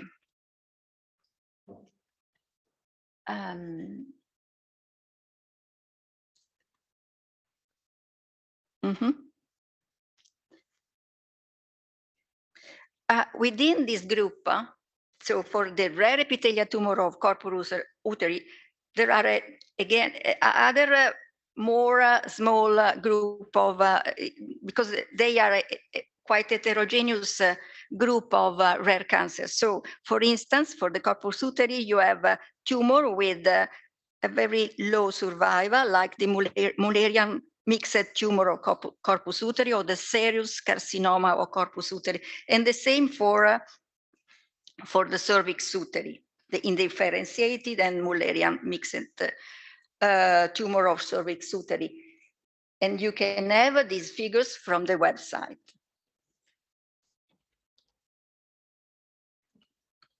And this is the same, the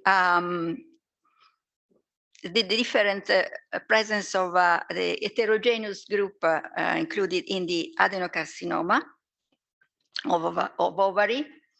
So you have two tumors, the papillary carcinoma of ovary, the Mullerian mixed tumor of ovary that present very low survival. Again, survival reduced with increase in age of the patients for all of these. And what about the progress of outcome of this tumor? We notice an increase for the epithelial tumor of cervix uteri and for the epithelial tumor of vulva and vagina. There are geographical differences of outcome across Europe. Usually survival is not very good for the Eastern and for the UK, but for rare tumors is not the same for all these. There are some particularities. This is the number of a very rare tumors, the soft tissue sarcoma of uterus across the European countries. And for instance, in Malta, you can see that we estimated just 2 cases per year. We study also the centralization of treatment. This is an example for soft tissue sarcomas. And you will realize that the treatment and the diagnosis of these patients are spread to many hospitals. So centralization is it's not so good. The countries where we have meeting presenting these results were aware about these the difficulties in the centralization, and they are organized in order to centralize more these the treatment of these patients. So probably now the situation is different.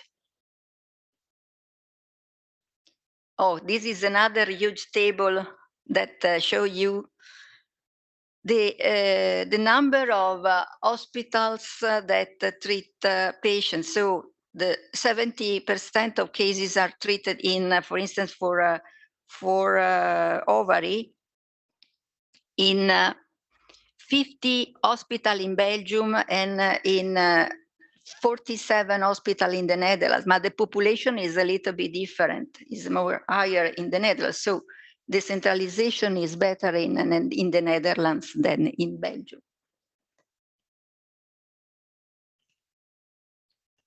Oops, I finished my presentation. So I would like to synthesize the number of cases that you can expect in 1 year in Malta, because I know that you will present the gynecological tumor in rare gynecological tumor in Malta. So these are the numbers I estimated yesterday from the search tool.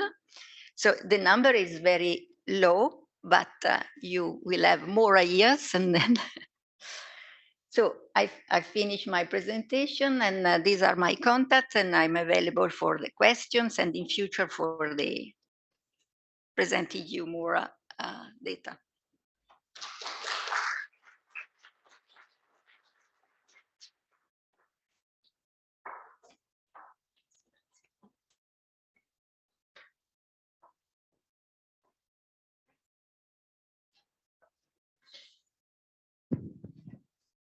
Are there any questions for Professor Gatta? I mean, we have the head of the clinical chair for the hospital, Department of Obs and Gynae at hospital, and the head of Department of Obs and Gynae at university. So, do you have any comments about the smallness of our country and the problems that rare tumors, patients with rare tumors face? Thank you very much. I never stop to be surprised I never cease to be surprised with the number of rare tumors we have. I was telling my colleague here that in the past, during the COVID period, we had cases of sarcoma and in an episiotomy. two neuroendocrine tumors in the cervix, and we had a number of sarcomas of the uterus. And this was compounded because of COVID. Because of COVID, we usually send these patients to the UK. And because of COVID, we had to manage them ourselves because there wasn't a possibility of something. You know, somehow we got to. These patients are still alive. They seem to be doing well, but obviously there are limitations with what we can provide. Hopefully, the future is bright because I have two of my junior colleagues who are actually going to specialize in gynecological oncology. And then they themselves have networked both in the UK and in Europe. So, you know, the things should be better for our patients with rare conditions. Thank you.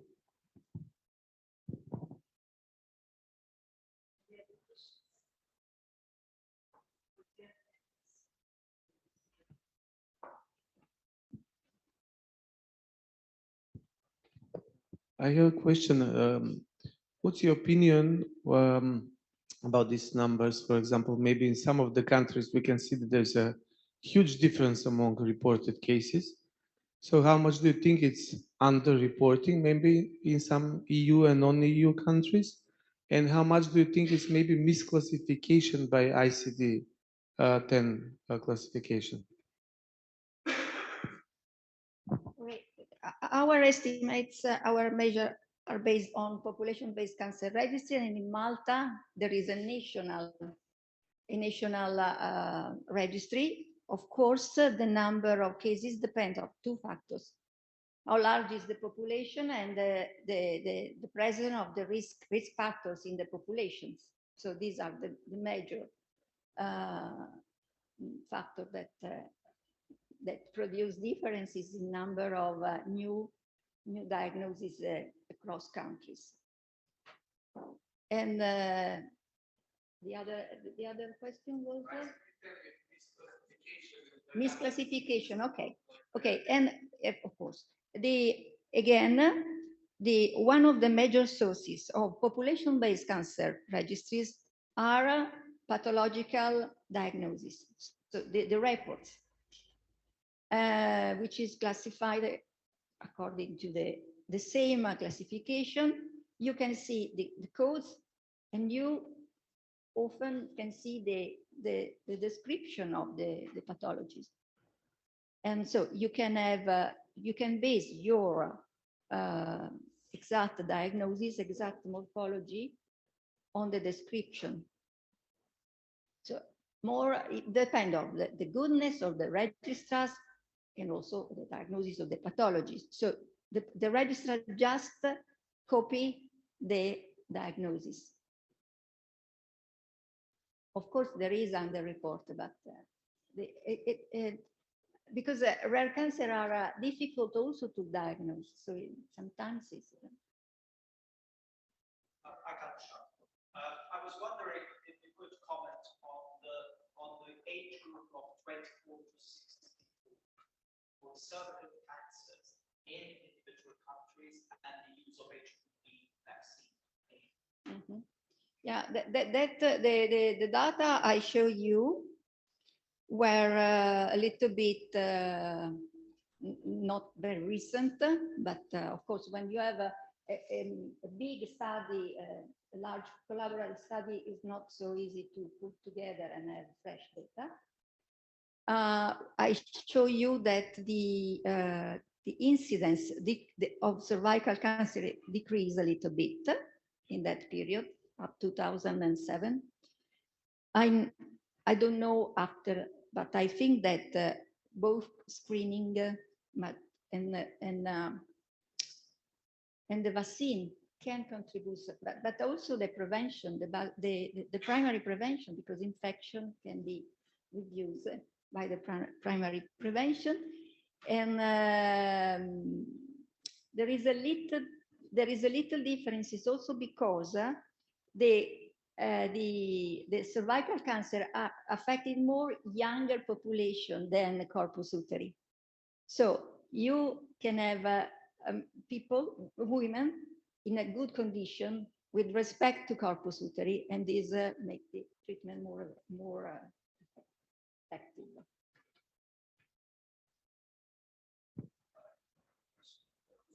I was thinking when you were talking about cancers that are common and the others which are rare, how does it reflect or translate in terms of treatment? For example, I know that probably most of them share common molecular pathways. And so how is it different? For example, if we're talking about a certain treatment for a common cancer, how would that be not possible for something that is rare as well? And another thing I was also wondering, for example, you mentioned acute myeloid leukemia, and you said that it could be found less. There's about four per 100,000, but that is in the younger group.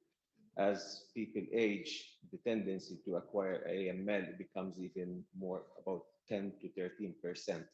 So how do you put AML into a rare kind of group when, if you put collectively with the older age group, then they become even not so rare as well?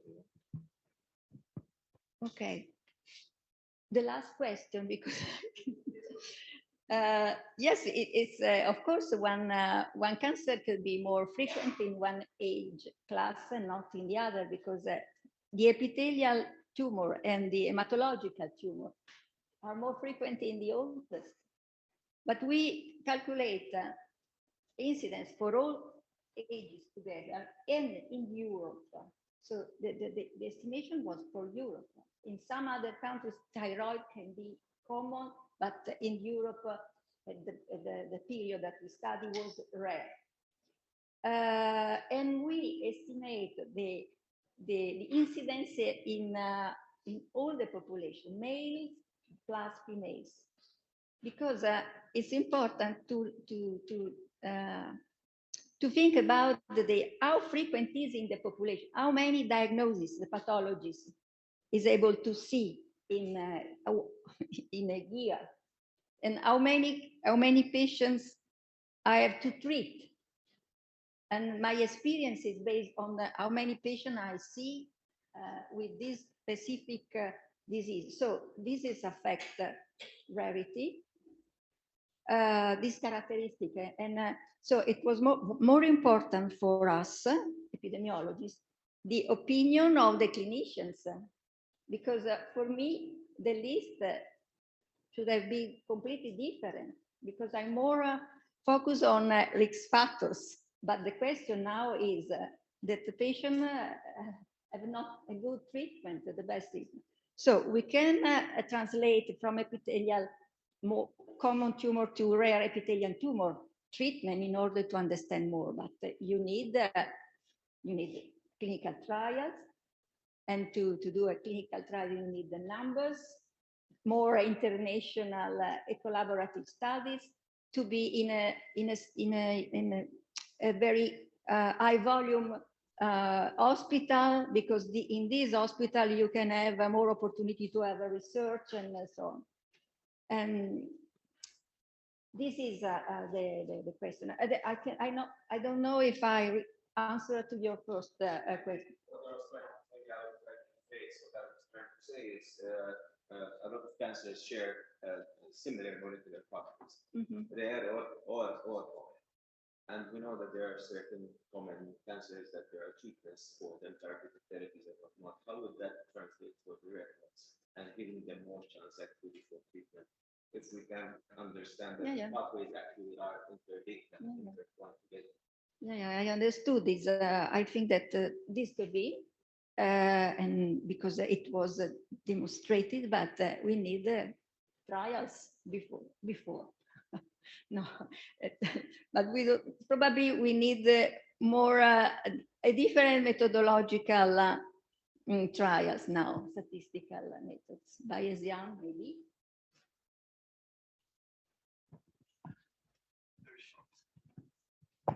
Thank you, Professor Gatta, for this very comprehensive presentation.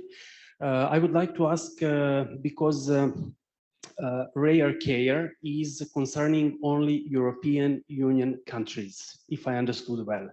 And Gynocare is a more wider, let's say, platform for inclusion, even ICT countries, inclusiveness targeted countries. So my question is whether it is possible to report, for example, rare cancers to the rare care register. Thank you. Then the definition by incidence and the cutoff was followed by many other unexpectedly for me, and I'm happy to see that the United States, in Canada, in Australia, in Japan, I don't know if in other, they follow the cutoff. So they decided that the cutoff, it was published, so we can follow this cutoff and see what happened in our countries. And they have a list, a different, no, they follow the same list, and they found different rare cancers in their countries, in their populations. And we compare, for instance, we published a paper comparing the US and Europe and found differences. We are going to publish the same for some Asian countries and Europe for head and neck cancer, completely different distribution of subsite. So if possible, you have the list, the code, and if you have some difficulty, please write to me, because I'm so happy for this. That is useful. Thank you, Gemma. Thank you so much. And I mean, you have highlighted the main role of what this cost action, I mean, is, because our interest is rare gynecological cancer, and we see that, you know, there are small numbers in different countries, at least the ones which are diagnosed. But of course, these are patients, these are women, and they have their families, and of course, so the impact is very important. So I think now we deserve a coffee break. So we have coffee break till 11:30. There are some nice Maltese delicacies for the internationals, even us, we like them. But just before you go out, if you don't mind, those who haven't signed, please sign on the form, especially the international ones, that the signature is important for the reimbursement. And also, please collect your certificate. And we were giving out certificates already, because I know that some of you would need to leave tomorrow, so or this afternoon. So we've got the certificates, and then at 11:30 we'll restart here with Professor Felice's lecture. So thank you so much.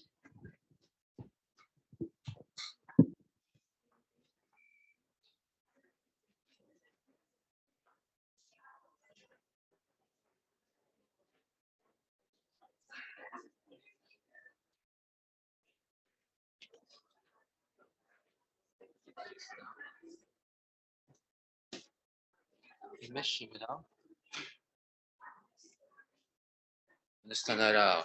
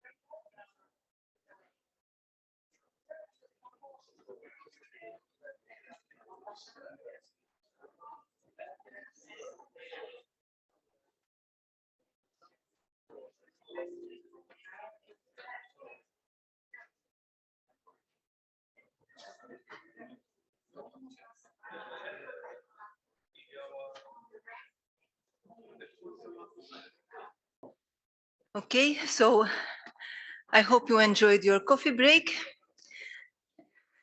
And those savories that you were eating, we actually call them pastizzi. They're quite traditional. They're a little bit high in fat, but they're good. Can explain a bit our obesity rate in Malta, but they're good. Okay, so we'll give we'll start off the second part of today's conference. There has been a slight change in program in the order. So we're going to start with Prof. Felice, and then it will be Prof. Savona Ventura, and then followed by Dr. Brigitte Ellul, Dr. Sara Casati, and Dr. Olga from Greece. The reason is because Dr. Olga, who is the lawyer leading our working group 3, has been caught in a court hearing. So she can only free herself at 1 o'clock. Okay, she'll be joining us from Greece at 1 o'clock. Okay, so without much further ado, I'll introduce Prof. Alex Felice, who was one of the professors teaching me when I was still at medical school. He himself is a graduate from the University of Malta.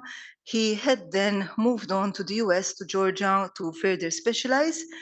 And he spent quite a number of years as a program director in the Veterans Administration Medical Research Service in Georgia.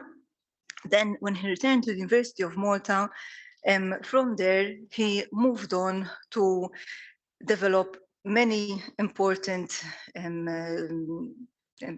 things related to human genetics. Most of all, he directed the establishment of the Thalassemia and Molecular Genetics Services at the then St. Luke's Hospital and then Mater Dei Hospital, which is the National Hospital for Malta. He's also developed the Molecular Biotechnology Research Program, including the Human Genomics and the Malta Biobank. And I mean, he obviously he holds numerous grants and has worked extensively within the EU framework and other R&D programs. So the floor is to you, Prof. Felice. Thank you.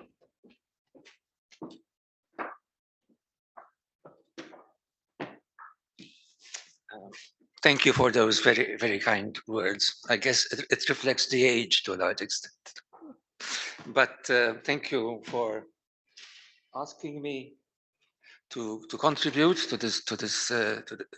this meeting, and I intended to tell our story in a way, that is how we developed biobanking as an essential tool for in biomedicine, starting from our background with a particular rare blood disease that may be well known to some of you, or to all of you, that is thalassemia, a hereditary disorder of hemoglobin biosynthesis, and how gradually then we evolved, we developed like Jean said, the other genetics programs, the biobank with particular interest in other rare diseases. It also involved many people. Some of them are here. Chris is here. We enjoyed our collaboration with the obstetricians, of course, and many others who graduated also through these programs. I mean, half the PhDs, I guess, in biomedicine, owe their degree in some way or other to this research. So I wanted to talk about biobanking, how biobanking has become a critical tool for progress in biomedicine. And by biomedicine, I understand that sector of medical practice that interacts or depends heavily on molecular physiology, what we are more likely to call omics today. And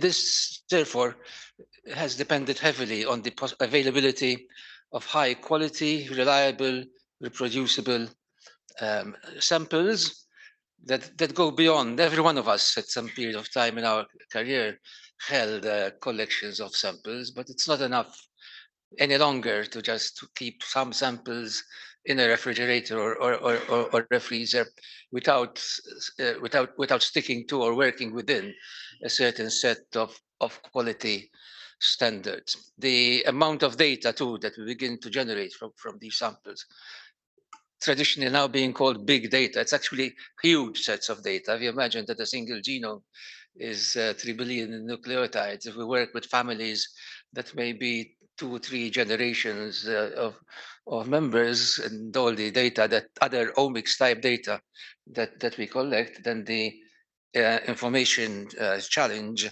becomes large. And in fact, there is one of the weaknesses across the board that we all encounter is the lack of support from medical informatics, actually, which is a bit different from bioinformatics as such. In our experience, we made progress largely because different parts of the project were embedded within each other in a certain way.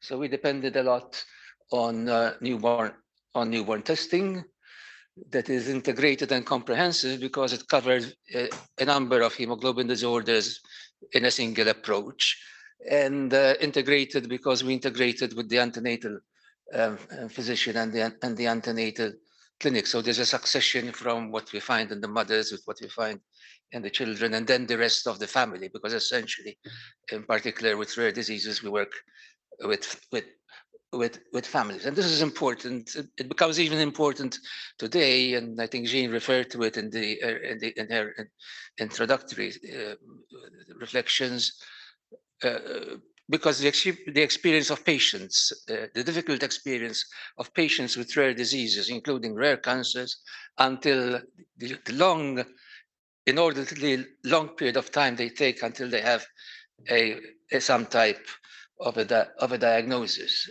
And like others, we think that with the new technologies, especially, then we need to ask ourselves whether we can expand further beyond the somewhat limited range of testing that is conducted in Europe, but expand further the range of conditions at the level of newborn testing. So this serves to expedite the diagnosis. I mean, a precise diagnosis, a personalized diagnosis in rare disease, and quantification of the cancer risk in the case of rare cancer, and then use again the biobank to tie around lead discovery of new treatments. In fact, this is the logo that has been taken up by the research infrastructure for biobanking, the discovery of new treatments. Our story goes back a few years, late 80s, early 90s, when, together with the support of the Department of Health and the WHO, we set up a thalassemia services. That was a newborn testing program, that was a clinic, and that was a research laboratory. Later, this project also obtained, that was the first research funding in the pre-accession period through the framework programs of the Commission. And later different source of support, some private, some many public.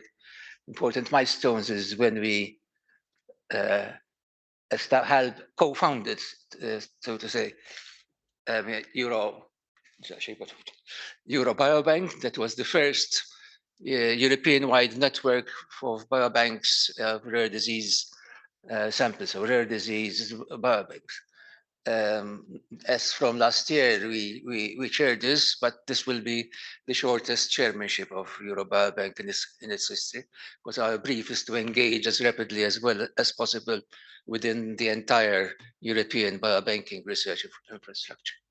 That we also later helped to co-found. I'm talking of BBM MRI, further funding that focused on genome projects, rare cancers again, and lately now we have nearly complete. I mean, the data is there, the analysis is incomplete, but we have a draft average genome of Malta and the Maltese. The tools depend on population, and in a way, although the population has been a small one, there are advantages and disadvantages of small populations. But as it happened, the The data has been quite carefully collected by the Catholic parishes who recorded deaths, births, marriages, and everything else. So it was not difficult for our collaborators then to go back around the turn of the first millennium when the place was barely inhabited after the Arab occupation. Barely inhabited means perhaps a few hermits here and there, or occasional visitors from Sicily. But as you can see, the population is very small, and then occasionally visited for short periods of time by able-bodied young men from the rest of the Mediterranean who leave their genetic memories as founders' effects behind. So as you can see, then the second millennium can be divided into two periods, one half in which the population is small, and the genetic model that gave rise to founders' effects. And then, as I said, the second half after the arrival of the Knights of Malta, there was a certain degree of hygiene or prosperity, urbanization in which the population grew quite rapidly, nearly 500,000 now. And these are the conditions that give rise to rare diseases. So this is what we have. This is the kind of population that we work with now. The importance is that it is well characterized. We have documented origins by traditional techniques, so mitochondrial and Y chromosome haplotyping, the PCA analysis, both one already published, the other one will be published shortly, but what you see is exactly what you expect. That is, as far as ancestry or ethnicity goes, as you saw in the previous chart. So these islands have been repopulated during the course of the second millennium, largely from southern Italy and Sicily, but with substantial input from the rest of the Mediterranean, again, as you would expect. This is an interesting feature of population genetics in the Mediterranean. It's one part of the world where you can relatively easily overlay history, geopolitics, and genetics. There is similar data on the Netherlands. There is data on Italy. There's a decline of genetics as you go from north to south.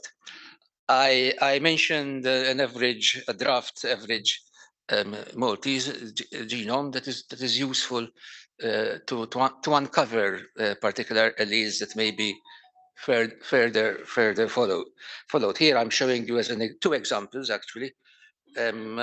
One is a comparison of these allele frequencies from the Maltese genome with two reference populations that we thought were interesting. Oops. There could be others, but one is a population from Tuscany, and with a common Central European population, which you see, as you would expect from the historical background, that the allele frequencies are very comparable, and that occasionally here and there you get an outlier.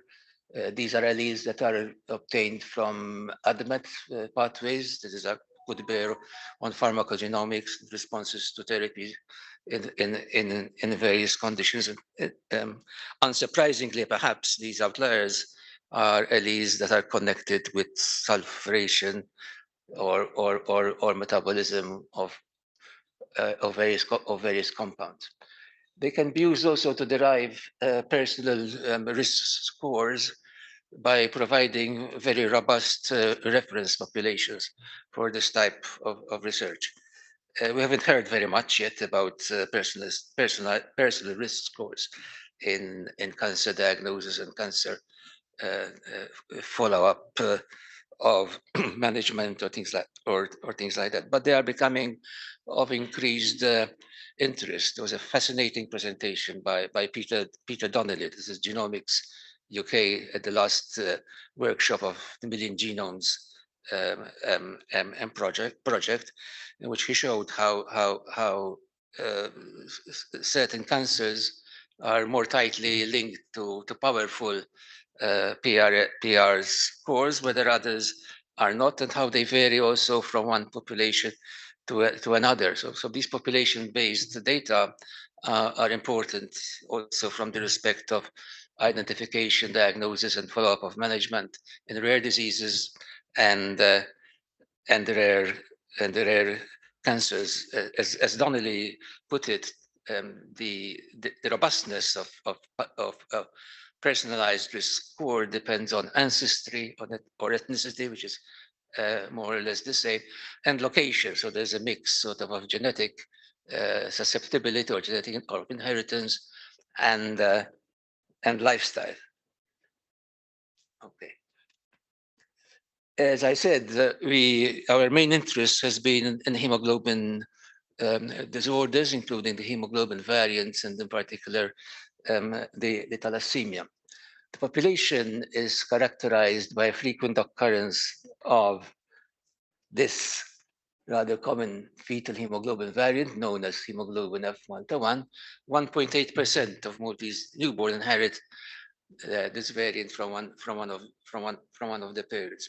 It's interesting from our mechanistic point of view because the gamma variant, this is a fetal variant of the gamma globin of human hemoglobin, is in tight linkage disequilibrium with a beta globin variant. And in the population, we come across another, this one, relatively common variant known as hemoglobin F Sardinia. So we come across compound heterozygotes in which all 6 protein products of all 6 globin genes that are expressed through fetal development and adulthood can be quantified. So these are useful quantitative biomarkers that help us to understand the physiological mechanisms that regulate the normal transition from the gamma globin gene expression of the fetus and the newborn to that of the beta globin gene of the adult. The problem is this, that the thalassemia is a mutation of that beta globin gene that suppresses its protein output, and the holy grail, if you want, of hemoglobin research is if we could understand the physiological mechanisms of how this switching occurs, then perhaps we can go back to the sleeping gamma globin gene in the adult and reactivate it genetically to replace the beta globin gene. Otherwise, the patient's red blood cells in the homozygote looks like this, which is terrible. If you compare that to the normal red blood cells, then there are fewer red blood cells. They are distorted, nearly empty of hemoglobin, and quite defective. So to cut a long story short, we are like stamp collectors in a way. We work with family, we archive data, we store samples, and sometimes we can go back to them in the biobank and make 1 or 2 steps ahead. In the course of this, in the clinic, we come across with families who segregate alleles for elevated fetal hemoglobin themselves, that is, without any intervention. And these are very, very useful natural experiments, really. What do we need to do? Where do we need to look if we want to re-elevate fetal hemoglobin in the adult? And working with some of these families, I mean, GWAS, various types of experimental interventions, experimental procedures, we landed on the KLF1 locus, which is one of a family of about 15 or maybe 16 now. They increase every so often, of regulatory transcription factors that regulate gene expression. Apparently, this one is active at very early stages in hematopoiesis, in the transition perhaps from a mixed myeloid stem cell to an erythroid or platelet megakaryocytic progenitor to direct the expression of all those genes that are required to make a normal red blood cell, and in the process also regulate the switching of one globin gene to the other. What we found at first was that deletions towards this C-terminal end of the protein remove the DNA binding site, so the molecule cannot act any longer as as a regulatory factor, and consequently fetal hemoglobin is increased. But it is pleiotropic. It has many other effects on other metabolic pathways, on heme, on the expression of blood groups, on the structure, and presumably others too. So on the one hand, we are interested to know, one, how does this molecule regulate a gamma globin gene switching? And on the other hand, which parts of the molecule do what? What we know so far is that the promoters are very powerful. So it seems that as soon as the cell is in an early stage of deciding, a stem cell was in an early stage of deciding to become a red blood cell, it floods itself with KLF1 that very rapidly occupies and turns on a number of genes that are involved in all these red cell specific pathways. We find other relatively common variants, and these can now be accumulated or from which we can construct, or with which rather we can construct frameworks that are the result of non-random association between any of these variants, and then we come across interesting combinations. So these become rare now.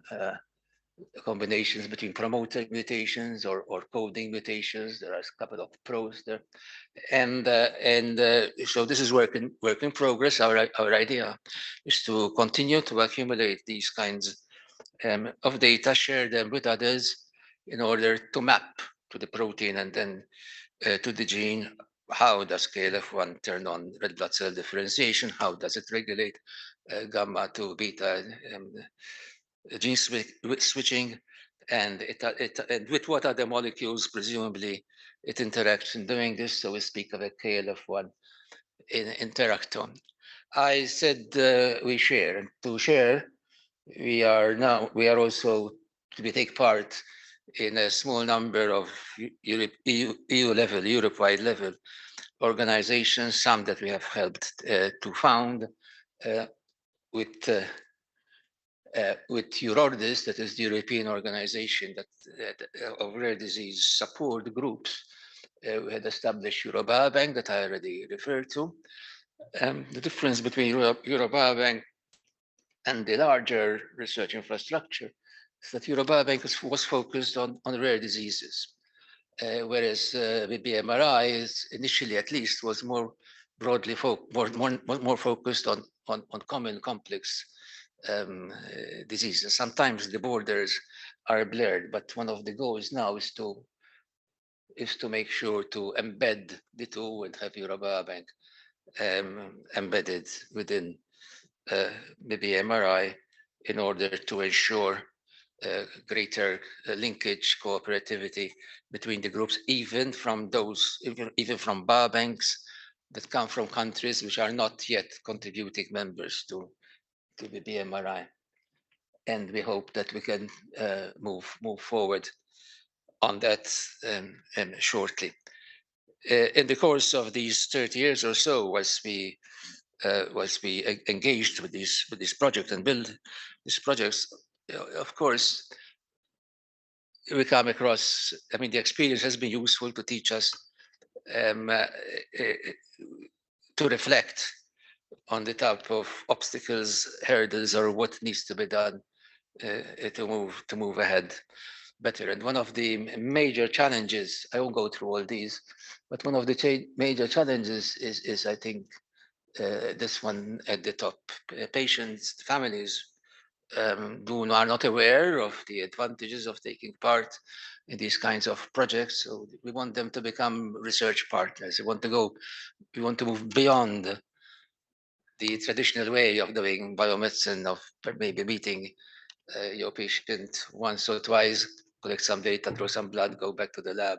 We never see each other again, but rather we want to develop the concept of research partners, even expert partners sometimes, because those help in a different manner. But doctors too very often do not know, and this may account there is a certain degree of resistance, if not reticence or reluctance, from our colleagues in contributing, taking part in these types of exercise.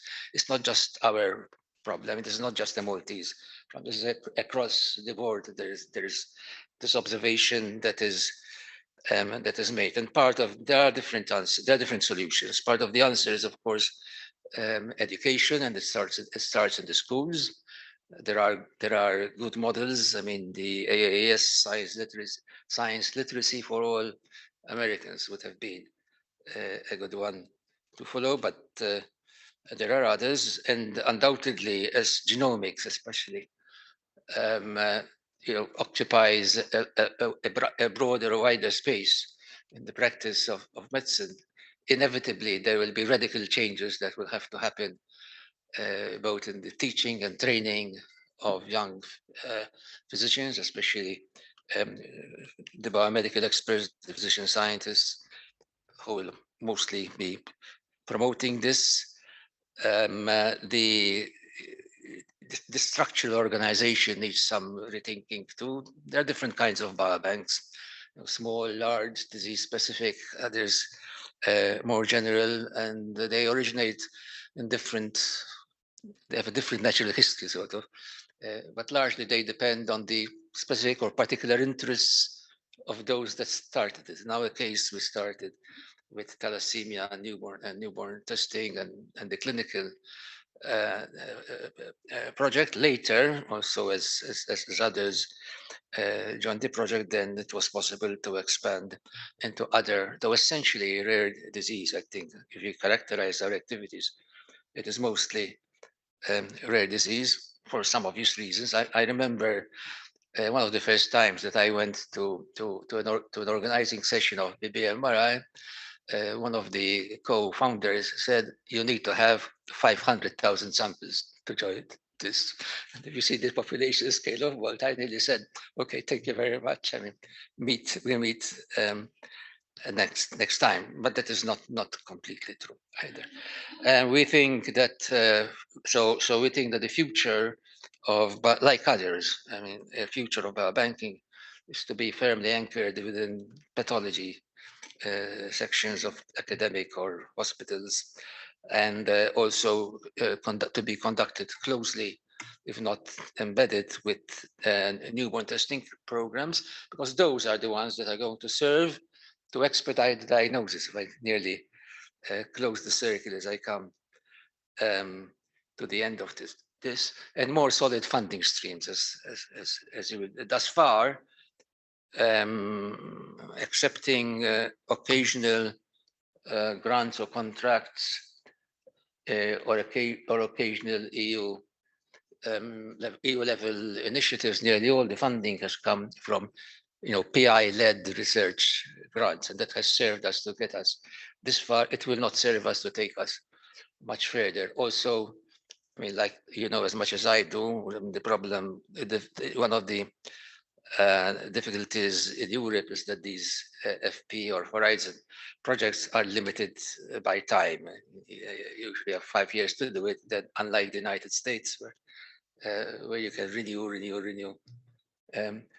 I don't want to spend too much time on this. It's a bit busy, but this was there really to remind me to say what I already have noted about the value of private personal risks scores, especially from the point of view of rare cancers in quantifying the genetic risk.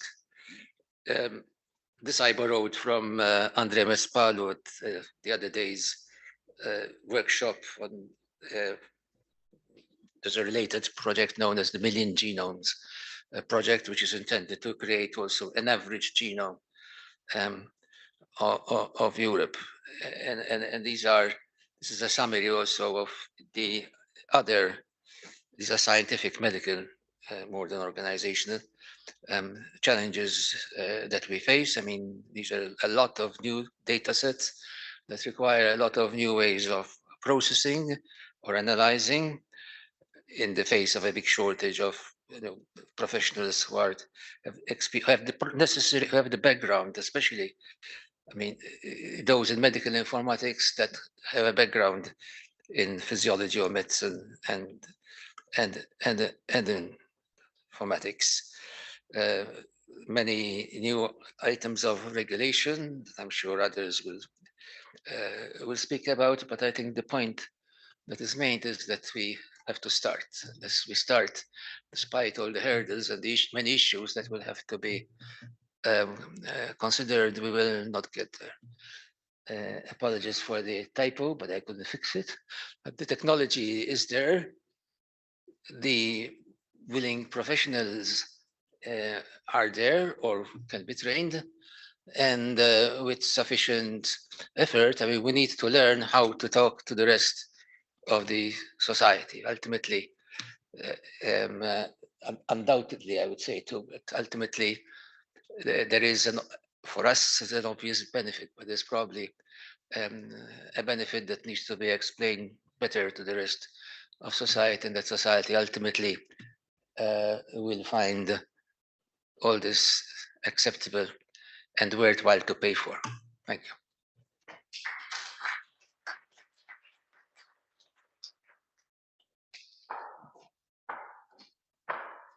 Are there any questions?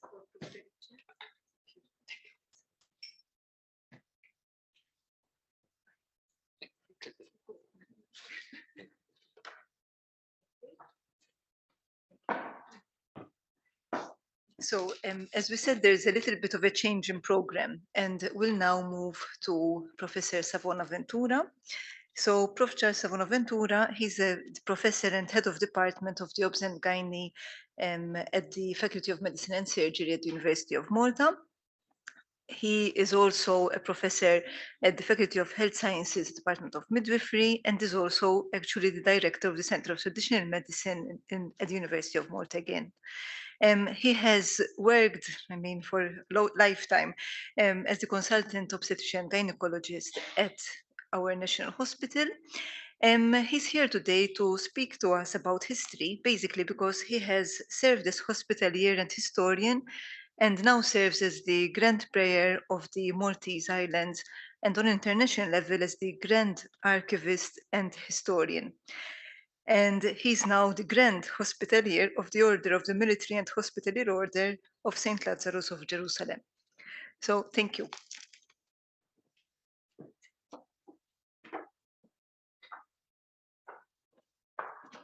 Thank you, Jean.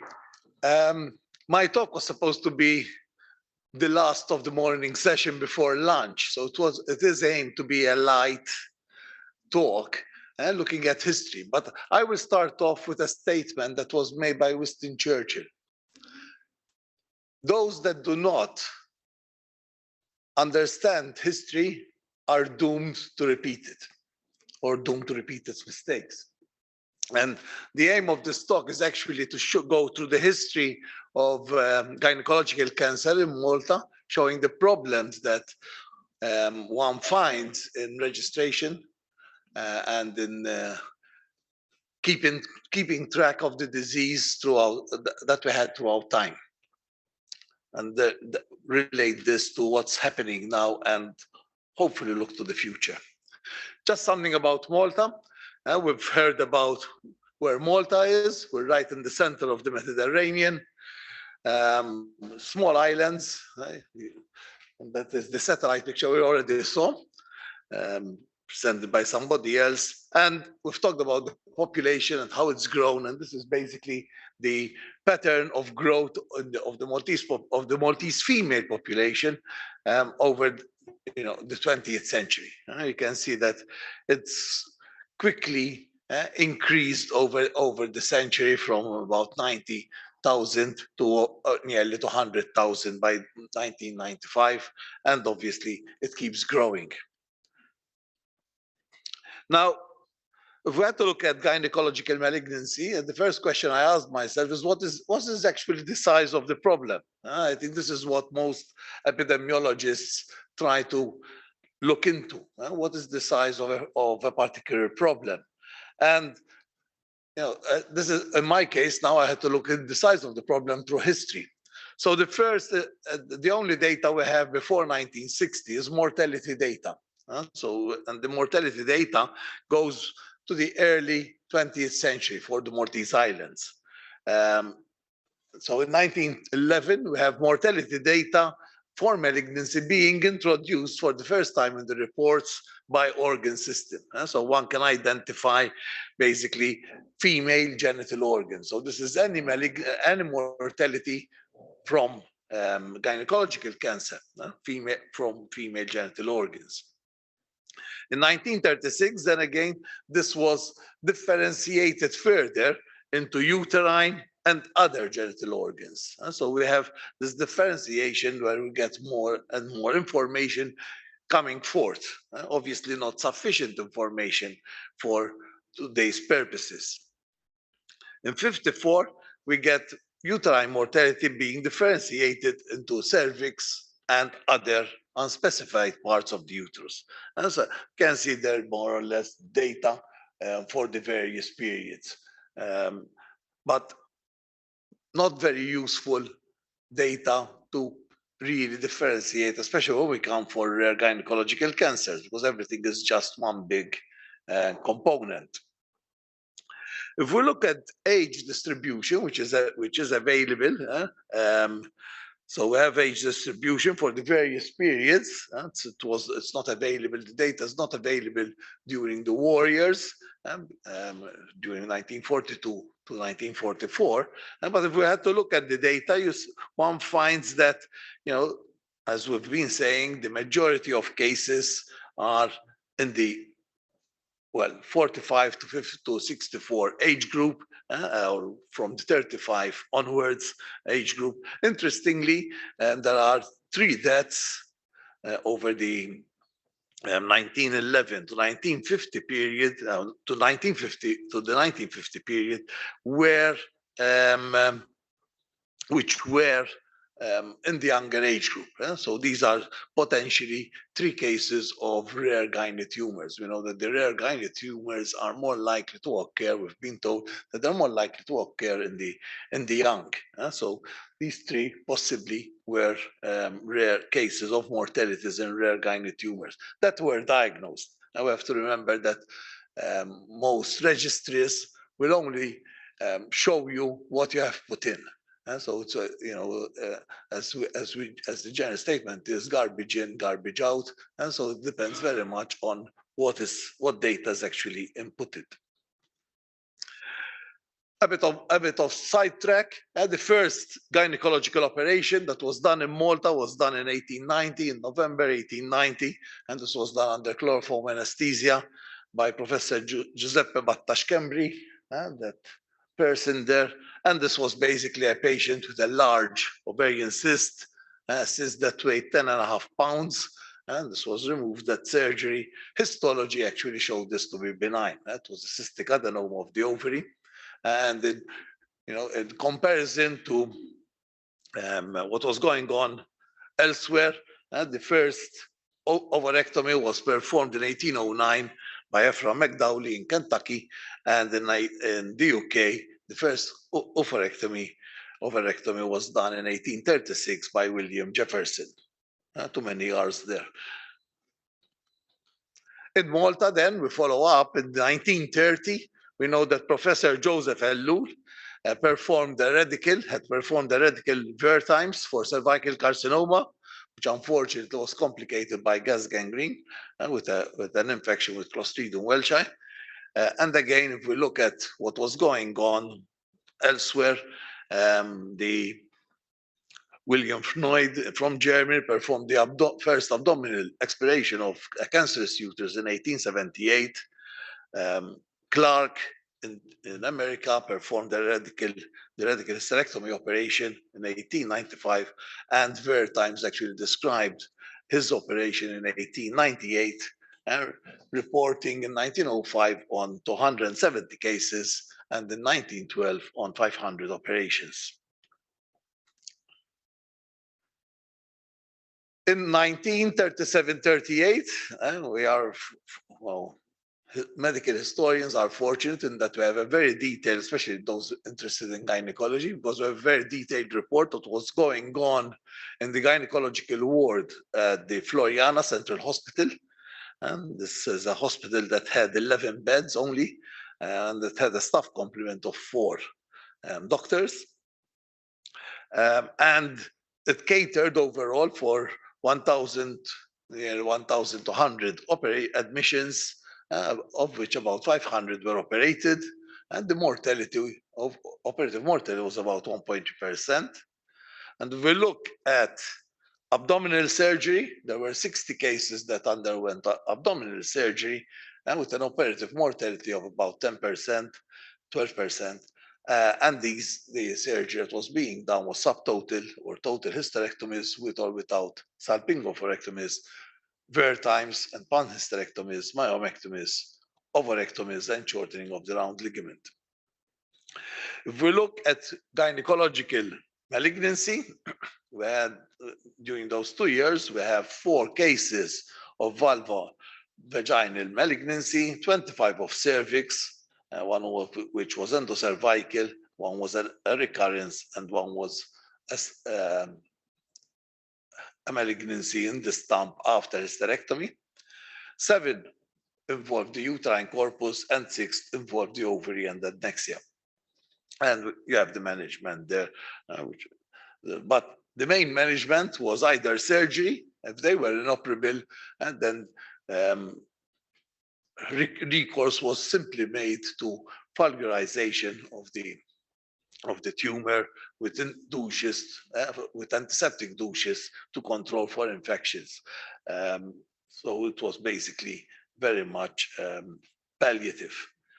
At this time, radium therapy and radiotherapy was unavailable in Malta. Skip a bit, we go to the 1950s. So again, looking at the reports from the gynecological department for 1956-58,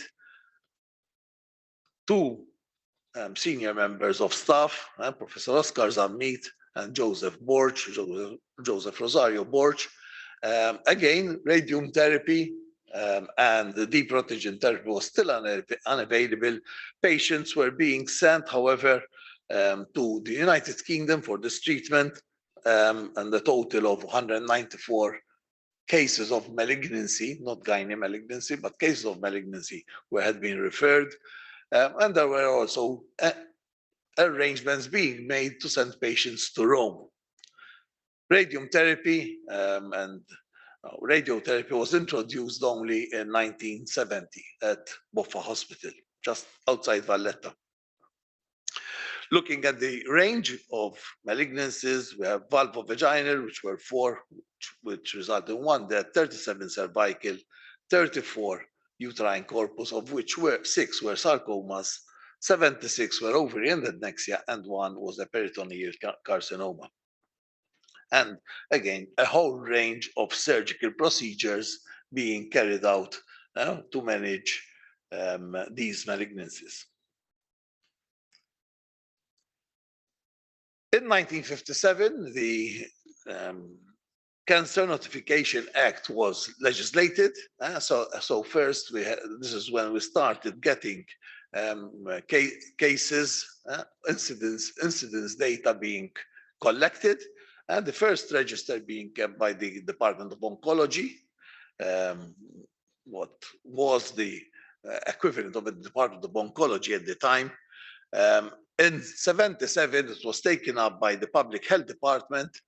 So this allowed for a better system of case identification and registration, but it wasn't, one could not really claim this to be a national register. It was more based on hospital diagnosed cases and didn't include much. In 1984, it became the responsibility of the Department of Health Information and Research, and here dedicated staff was actually appointed to manage this registry. In 1991, the register became very active, more active, and extended to a nationwide coverage. And it links histology records with mortality and cancer diagnosis. If we look at the annual incidences throughout this period, throughout the 1960s to 1980 period, you're looking at cervix, the 18-year average was about 6.3 per 100,000 population, and the uterine was 10.9 per 100,000 population. And you can see differences in incidence rates throughout the years. And one has to appreciate that with Malta's population of, well, now 500,000, but then it was under half a million. Then there's a wide fluctuation because your denominator is so small. So one extra case 1 year would really give wide, potentially wide ranges. But you'll see that after 1977, there's a marked rise in uterine diagnosis, and also to a certain extent in cervical cancer diagnosis. And this is probably better registration of cases. And we see this also for breast, which I did not include here. But it's probably because of better registration of cases. And I said in 77, it was taken over by the public health department. So it became more formal. An element of formality was introduced to the register. And also cervical screening was introduced in 1977 as well. So that might have picked up a number of cases before they became clinically evident. If we look at the incidence rate between 93 to 2000, looking at this, and this is taken from the National Cancer Register, and we find that the commonest malignancy that we saw during the period was uterine, at 26.2 per 100,000. Ovary followed that. Cervix was low at 6.8, and then vulvovaginal and other genital. Looking at the mortality rate, so this gives an idea of the survival of the malignancies. Ovaries are the ones that have the highest mortality, followed by uterine, then cervix, and vulvovaginal. So it's the uterine has a good, while it's at high incidence, it has a good, a lower mortality than one would expect from the incidence. And you have the mortality rates there. So the lowest mortality rate is for uterine malignancy, and the highest being for ovary. We had an attempt at looking at or rather reporting the different histology components of the various malignancies, and you find that the majority of uterine corpus, this is for 93 to 97, the histology for other uterine corpus was mainly adenocarcinoma, which accounts for about 96% of the cases. There were 5 cases, 3 cases, and 2 cases of Mullerian mixed tumor, leiomyosarcoma, and endometrial stromal sarcoma. For uterine cervix, again, the majority were squamous cell carcinomas at around 85%. Adenocarcinoma was there about 13%, and there was 1 case of adenosarcoma. For ovarian, again, 93% were adenocarcinomas, and then we have a small amount of germ cell tumors. We had 6 cases, 2 cases of granulosa cell tumors, and 2 sarcomatous neoplasms.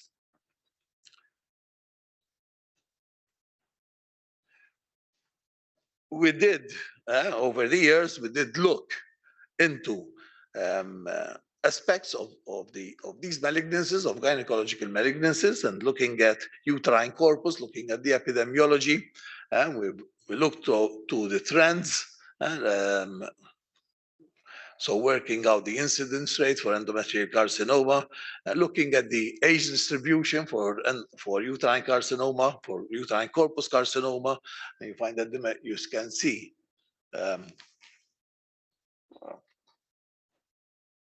okay, so you can see there that it tends to affect mainly the elderly population, but you do get cases in the under 30s as well, under 35s. We also looked at the relationship of endometrial carcinoma with the metabolic syndrome, basically. So it's the relationship, for instance, with diabetes prevalence, both on the local population and also relating this to the incidence of endometrial cancer and diabetes prevalence in various countries, and also to fat intake. Cancer against fat intake in various countries. And you can see there is a relationship we show the relationship between the two. We also had one postgraduate, one student, and a research student who looked at histological typing. Bridget is here, she was his supervisor. And we could differentiate into two types, type 1 endometrial, and looked at the histology of this, and type 2 endometrial, again, looking at the different histological features. Where should we look at the future? I think it is important, especially in the registration process, to make sure that we have a good histological differentiation, especially of the rare tumors. Try to identify better risk factor differentiation and differentiate uterine malignancy, uterine corpus malignancies into type 1 and type 2 individuals, and also look at genetic interrelationships between the various types. Looking at cervix, again, we looked at the mortality and incidence rate of cervix, and there's been a general increase in the incidence of cervix until the 2000s, and then seems to have come down. And this could be because of various factors. One of them could be better screening, earlier treatment, and eventually, hopefully, it comes down further with the introduction of the vaccine. With mortality has, however, remained more or less stable. So the mortality has more or less, irrespective of the rise, remained stable. So that means that we were picking cases up, at least to my mind, that means that we're picking cases up and dealing with these in time before they became advanced and inoperable. We looked at the different HPV profile as well. So we do have some data about HPV profiles, and about 27% are, as expected, HPV 16 and 18, but there are other oncogenic papillomaviruses that are prevalent in the population, and we need to keep screening for this. This was that data is from 2012, and we need to continue monitoring the pattern, especially after the introduction of the vaccine. Looking at age, there's one case of cervical labeled as cervical carcinoma in the 10 to 14 years. I can tell you that this was a case of sarcoma botryoides because she was one of my patients. So this is definitely one case that falls under our remit. Again, we have other information about incidence rates and whatever. Where should we look? And for the future, what we should be looking at the future is, again, good histological differentiation of rare tumors, HPV profiling, especially now in the post-vaccine world, and identifying what truly was the effect of vaccination on the incidence of cervical carcinoma. So I end up, I told you it was a quick, light talk. We need to review the past. We need to assess the present. So all this will help us plan for the future. Thank you.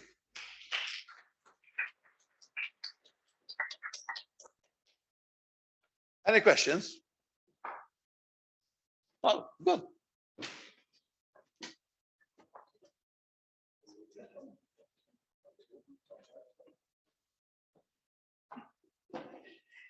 So thank you very much, Prof. Savona.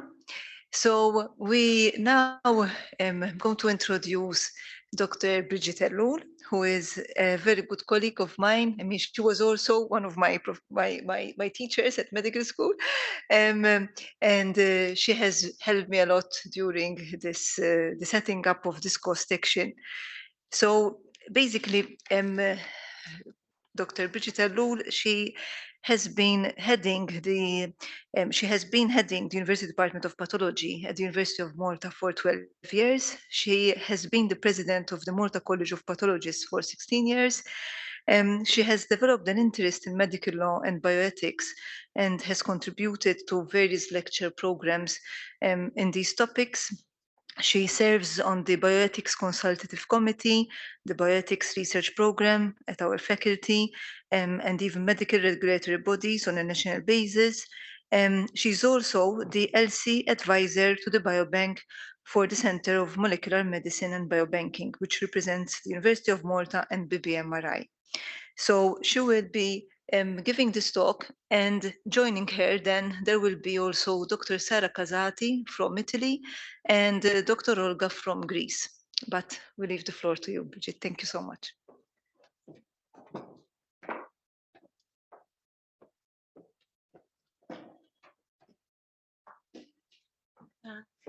Thank you, Jean. As she said, I've been talking about, we're going to change topic and talk about ethics, and particularly the ethical issues in biobanking. We have heard how important biobanking is for studying rare tumors. As Jean has said, it is going to be a shared perspective. So I'll be talking about ethical issues from a clinician's, researcher's point of view. Sarah is an ethicist, and she will give you her sort of ethical perspective from the patient's on the participant's point of view. Olga's present. Olga is the lawyer. We are working together because we are actually in these two working groups. And as you can see, working group 2, you probably know already, biobanking, and working group 3 is legal and regulatory issues. A summary of what I'll be talking about. So, but as a biobank, just to put us, I'm going to raise more questions, I think, than answers. So sort of to think about why it's been so difficult to get things working together and networking, because there are a lot of questions we haven't been able to answer, to harmonize to a sort of way of working together. I will be talking about the overview of ethical issues in general, but obviously this is a huge topic, so I'll focus mostly on informed consent and say a few words about return of results. Then I want to sort of remind you of the questionnaire that our working group has actually prepared and which we have distributed to you COST members. And this is an impassioned plea for please to fill in the questionnaire, because otherwise we cannot publish the results. It does not been enough response for us to actually publish or to give you any results. We had hoped that we would be able to present the results today, but we cannot. So I will go very briefly, if we have time, of what's in the questionnaire to whet your appetite. Then Sarah will talk about the ethical issues from the participant's perspective, mostly on vulnerability and participant-patient engagement. We are talking about participants as partners in research, but because this is rare tumors, most of these are going to be patients anyway. Okay, I've got a few busy slides, but I don't expect you to read them, but this is just shows us why we sometimes are not talking, we're not on the same plane. Biobanking, the term, is fairly new. I mean, the first time it was used in literature was in 1996. So in a way, it's not surprising we are still getting our act together. And these are a few of the definitions that have been put forward. I've highlighted what is common to all. Obviously, a biobank must have human biological samples, in our case, human samples, although there are biobanks that obviously have animal material. And some of the definitions, they also include microorganisms that are of a pathogenic nature. But there are some varied ideas here, because although common to all is biological material and associated data, some make an emphasis that it has to be an organized structure. And I favor this, because obviously we have moved away from individual collections, which have existed for a very long time with the practice of anatomy. And interestingly, the ISO classification, which is for biobanking, this was specifically written by biobankers. So it's a biased definition because they wrote it, but they actually talk about it being a legal entity. And in a way, this is one of the main problems we have now, sort of trying to match up the ethical point of view with the legal point of view, and which is different. The legal issues are different in different countries, as Olga will highlight. So we still, I think a lot of biobankers are now, or plan in the future, to go for ISO. And this is the definition they have put forward. As you can see, most of the work has been done fairly recently. So we've still got a long way to go. If we move now to ethical issues in biobanking, again, sort of not fairly new ideas. Again, 2016 seems to be the crucial year where people have concentrated on trying to put their act together. And I mean, the three different organizations I've mentioned more or less are on the same wavelength. And I've just highlighted some of the features that occur in these documents, which are easily available online. But in medical practice, we've been talking about informed consent ever since the Declaration of Helsinki.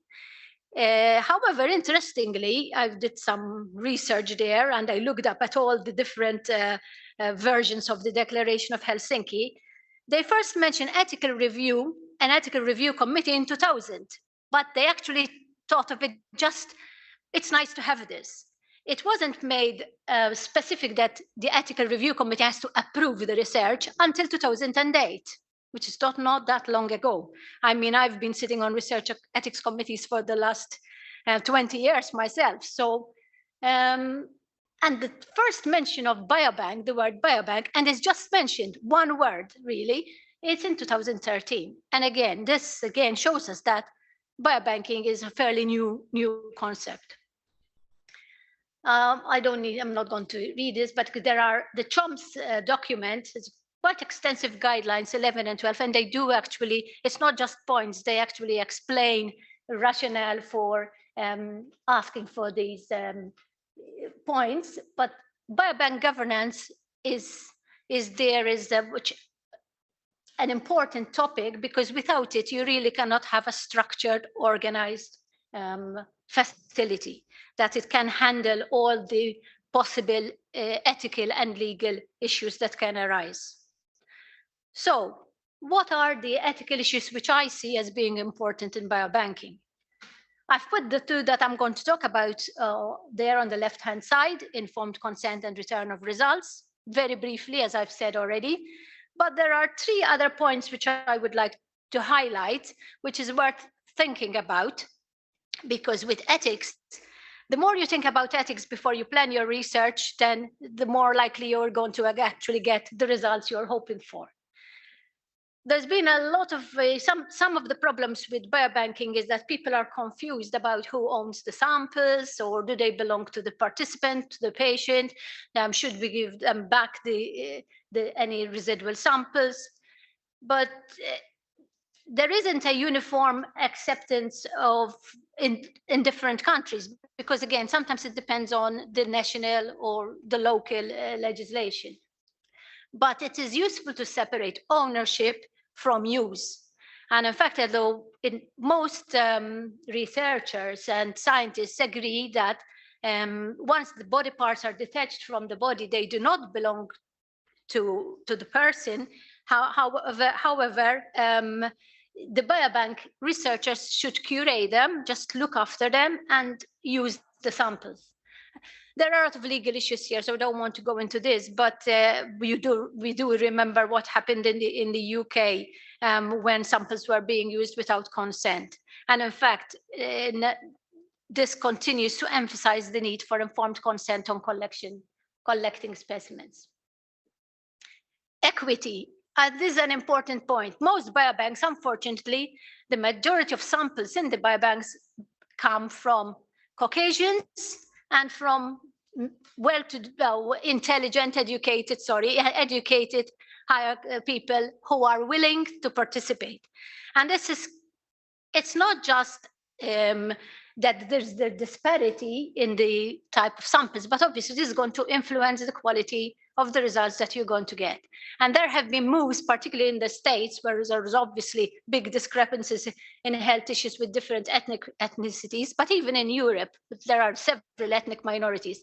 And efforts should be made to, if you really want seriously to have a reasonable biobank and to collect material from different socioeconomic groups. Not easy.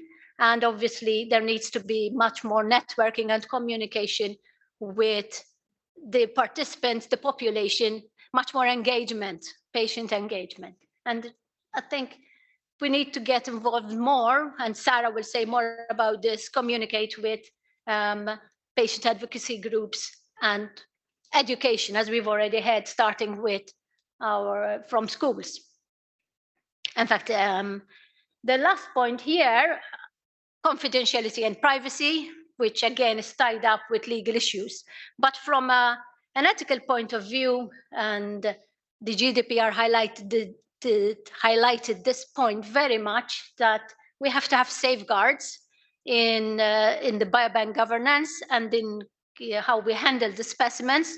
And one of these is to pseudonymize the materials use codes. But this has other issues attached to it, which means when we transfer samples, we have to be careful that the code is kept with the biobank. And this usually is actually written into the material transfer agreements and the data transfer agreements that well governance of the biobank ensures that have to be signed by both the biobank sharing and the researcher receiving these.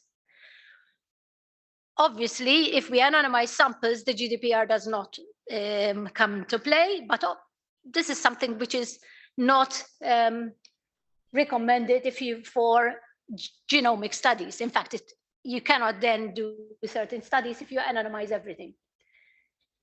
Moreover, the possibility of complete anonymization is being questioned because there have been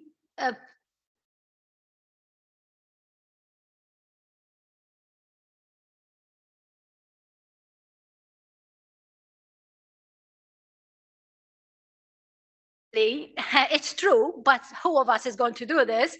Unfortunately, this has permeated very much into the legal issue, into the legal side, and even research ethics committees on they at the high level are afraid of this because they think that whole genome sequencing is not anonymizing, is not anonymity enough. But this is actually keeping us back. And I think Olga will say something about this. Obviously, there are also implications because when we get informed consent from a participant, we are only getting their consent, but with genomic results, the whole family is affected. So again, we need to work a bit more on how we interface with the participant and their family so that we do not actually breach confidentiality and privacy.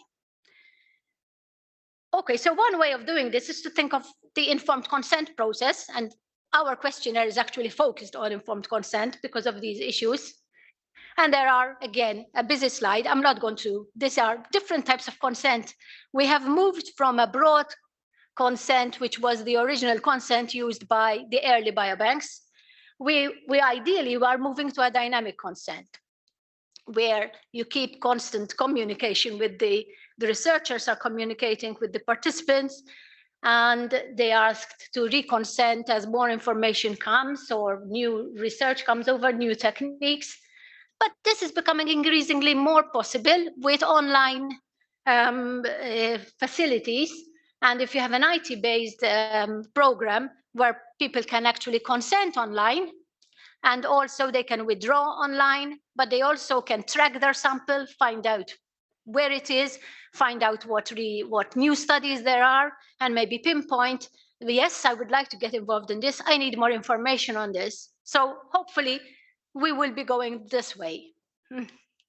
We, I mean us. In Malta, there has been a program. We have actually, and we've published this called Duarna, but we haven't launched it yet. So again, we cannot, we don't really know how the population or the people are going to accept it. Of course, this slide is to remind me that informed consent is a process, and it's not just, and I think you can't just get somebody to sign a consent form, as happens in a hospital where you go in for your operation and you have to read 2 pages of consent. And even, I mean, it's embarrassing because you don't even have time to read the first sentence, let alone to understand what's in it. So again, with online portals, you can actually put your consent forms online. People can have time to read them and to discuss with their family or friends or whatever, or their own doctor. But again, we only go back a few years when this idea was coming into sort of play. So it's not surprising that we are sort of still formulating how best to move forward. But the competence of the individual, although it seems fairly obvious whether people have mental health, who is going to actually decide who's competent or not? I mean, with health, with giving consent for health issues, even there, it's a problematic, let alone when it comes to a research participant. I should spend some more time, next slide, talking about disclosure information. And obviously, it should be written in such a format that people understand it. But it should be comprehensive, but easily understood. And we should also allow the chance of the participant to ask questions and to clarify any issues. One of the important points, everybody insists that this is a free choice, so there shouldn't be any coercion. And in fact, right from the very start, Declaration of Helsinki said that clinicians should not be involved in getting informed consent because this is almost like coercion of the patient to participate. But it's not always so easy to get out of that. Yes, you can have the team doing that. All right, and in fact, it is, as I've said, and this is the essential sort of core of medical research, but the emphasis is on, with the word informed. We often forget that. But how much information, who has the duty to provide this? How is it possible to inform participants about what happens to the sample that is being biobanked when nobody knows what it's going to be used for in the future, what new techniques there are going to be? And this is a difficult issue. And in fact, again, we are finding great problems from the legal aspect, how much they accept that it's becoming almost ridiculous sometimes that they ask you to put the type of diseases which you think you're going to research in. But is that information? So, obviously, in the consent forms, you have to give the potential participant as much information on the risks and the benefits. Again, this is going to be limited, which is why a dynamic form of consent, I think, can solve most, or at least address most of these problems. And yes, valid consent depends on comprehensible, precise information. And in fact, it should cover all these issues that I've highlighted here. Governance is important, so we have to inform the individuals how the biobank works, what processes it does, how it shares the information and the samples with other countries, whether they have access committees, who is the contact person, who is the data protection officer. So that is almost like bordering on the legal responsibilities. But then we also have to have the important issues about the studies, the rights of the individual, the risks, the burdens, any benefits, which sometimes these are not difficult to see, but we have to consider also, are you getting samples sent to industry or for commercialization? You have to inform. the participants that there is unlikely to be any compensation from this. I've mentioned already pseudonymization, but we have to make sure that the participants understand what is anonymization, what is pseudonymization. It's very difficult to put this actually into a paper document. And I mean, consent forms, information sheets have gone from 1 page to 9, 10, 50. If you clinical trials from these can run into 20s or 30 pages. And can people really understand all that much information, even if they take it home and they bother to read it? And sometimes, as I said, I'm on research ethics committees. Sometimes I cannot understand what exactly information they are trying to pass on to the individual. And that's obviously the research ethics committee has the duty to make sure that at least the information is understandable. We have to inform the participant on the length of storage, when materials can be destroyed, return of results. And this leads me to the next point I want to talk about. There is a legal and ethical right to receive results. I think everybody accepts this. And even researchers have an obligation to return results. Obviously, if these are going to affect future health of the participant and impact on other members of the family. But as I've said already, I mean, you are not really have the obligation to, and you cannot just report to the rest of the family. You have to rely on your participant actually passing on the information. And on the side, there are the guidelines, the additional protocol to the Oviedo Convention, and that wasn't on biobanking, it was just on research in general, had already highlighted this in 2005, that we should offer results. They mentioned possibility of counseling, but some of them put the onus on the research ethics committee to decide whether counseling should be there or not, when you're giving particularly genomic results back.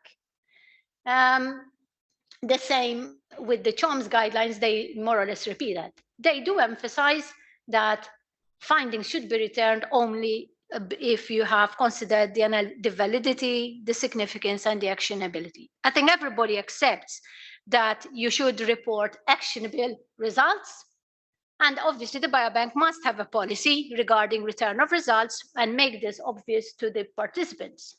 But there are problems in which results should we return? And I've put there one of the most recent sort of ideas of how do we classify what is a result. So even the terminology there is not uniform. People talk about incidental findings, secondary findings, and it's confusing. I've been involved in a sort of project where this is the kind of definition we are looking into. Study-specific results, unsolicited findings where they answer a research question, but you hadn't particularly been looking for it, so it's incidental. But then there are the secondary findings which are completely incidental, if you like. So again, we have to work on this.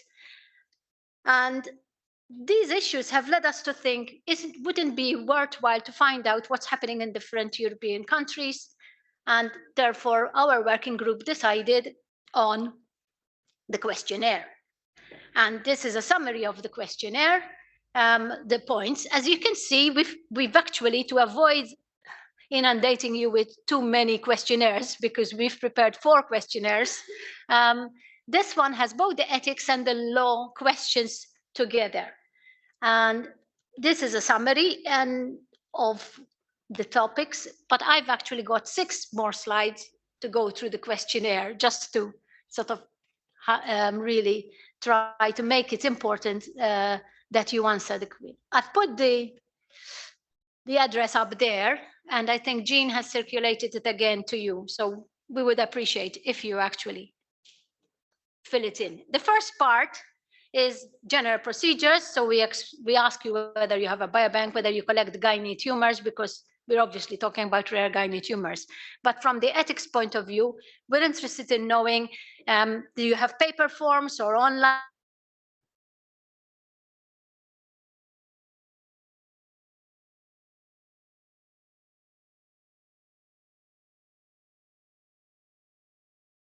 who is responsible for taking the consent, who actually signs, who is the witness. And do you provide training? This is we do find that training is extremely limited for, I mean, even members of Research Ethics Committee often do not have, there is no formal training, or very little, let's say that. So then we have questions on the information sheet. We're asking what type of information you have in it. Most of the stuff that I've already talked about, what are the benefits, what are the risks. We actually, a lot of these are tick boxes, so you choose. So there are a few questions where you have to write your answer, but most of them is a choice. So it's not as long as it looks. But we're looking for the scope of biobanks, who supports the biobank, what kind of details you provide, what kind of contact details, what type of benefits you put in, what type of risks you put in. Is your biobank able to link patient data with data from other sources? And this is a sort of maybe the way forward. A lot of countries, this is not possible yet, but some countries that have legislation have actually factored this in and allowed this. The questions on the information sheet continue, asking about storage, and we've separated samples from data because this is another problem. When you ask the question to researchers and you ask the question to bioinformatics people, you get different answers. And in fact, even from different countries, no one is very sure. Everybody applies the GDPR to the samples. So it is very confusing. And even the ethics committees have problems because some ethics committees say, I'm not dealing anything with the legal issues. But again, where do you draw the line? It's impossible. It's important, question 8, that the participants know what anonymization and pseudonymization actually is. We find that even the researchers themselves, when they fill in the protocol, some of them are not, have not as yet come on board with the correct understanding. Then you need to put the rights of the person, right to withdraw consent, and then we ask, what does the biobank do if the person withdraws consent? And I mean, obviously, this one would hope, but we are aiming to send the questionnaire not just to European member states, to other countries that have not got the GDPR in their legal as a mandatory law. So we are asking, what is the biobank's policy on withdrawal? And the last few questions on the information sheet, we are asking about other information. Do you tell them that which countries you are sharing with, and do you inform the participants of return of results? Okay. Access committee there, yes. So I know I'm running a bit over time. So I think this is the last slide. So this now is the informed consent form. And here I've kept some of the detailed part of the questions to give you an idea that you often have to choose, just tick the boxes. And we did ask one question about, do you recontact, the last question, do you recontact the patients to ask for reconsent? We've included children there, and there is actually another question on pediatric research in the questionnaire. So there is the address again, and thank you.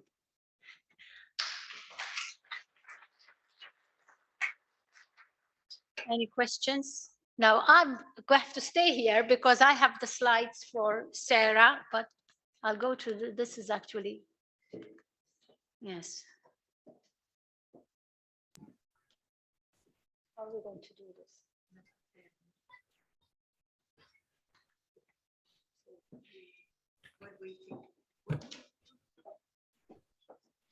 So while waiting for the technician to link us to Sarah, who's going to join us on Zoom, are there any questions?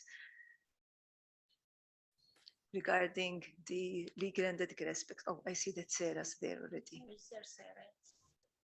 Very good. Okay, so hello, Sarah.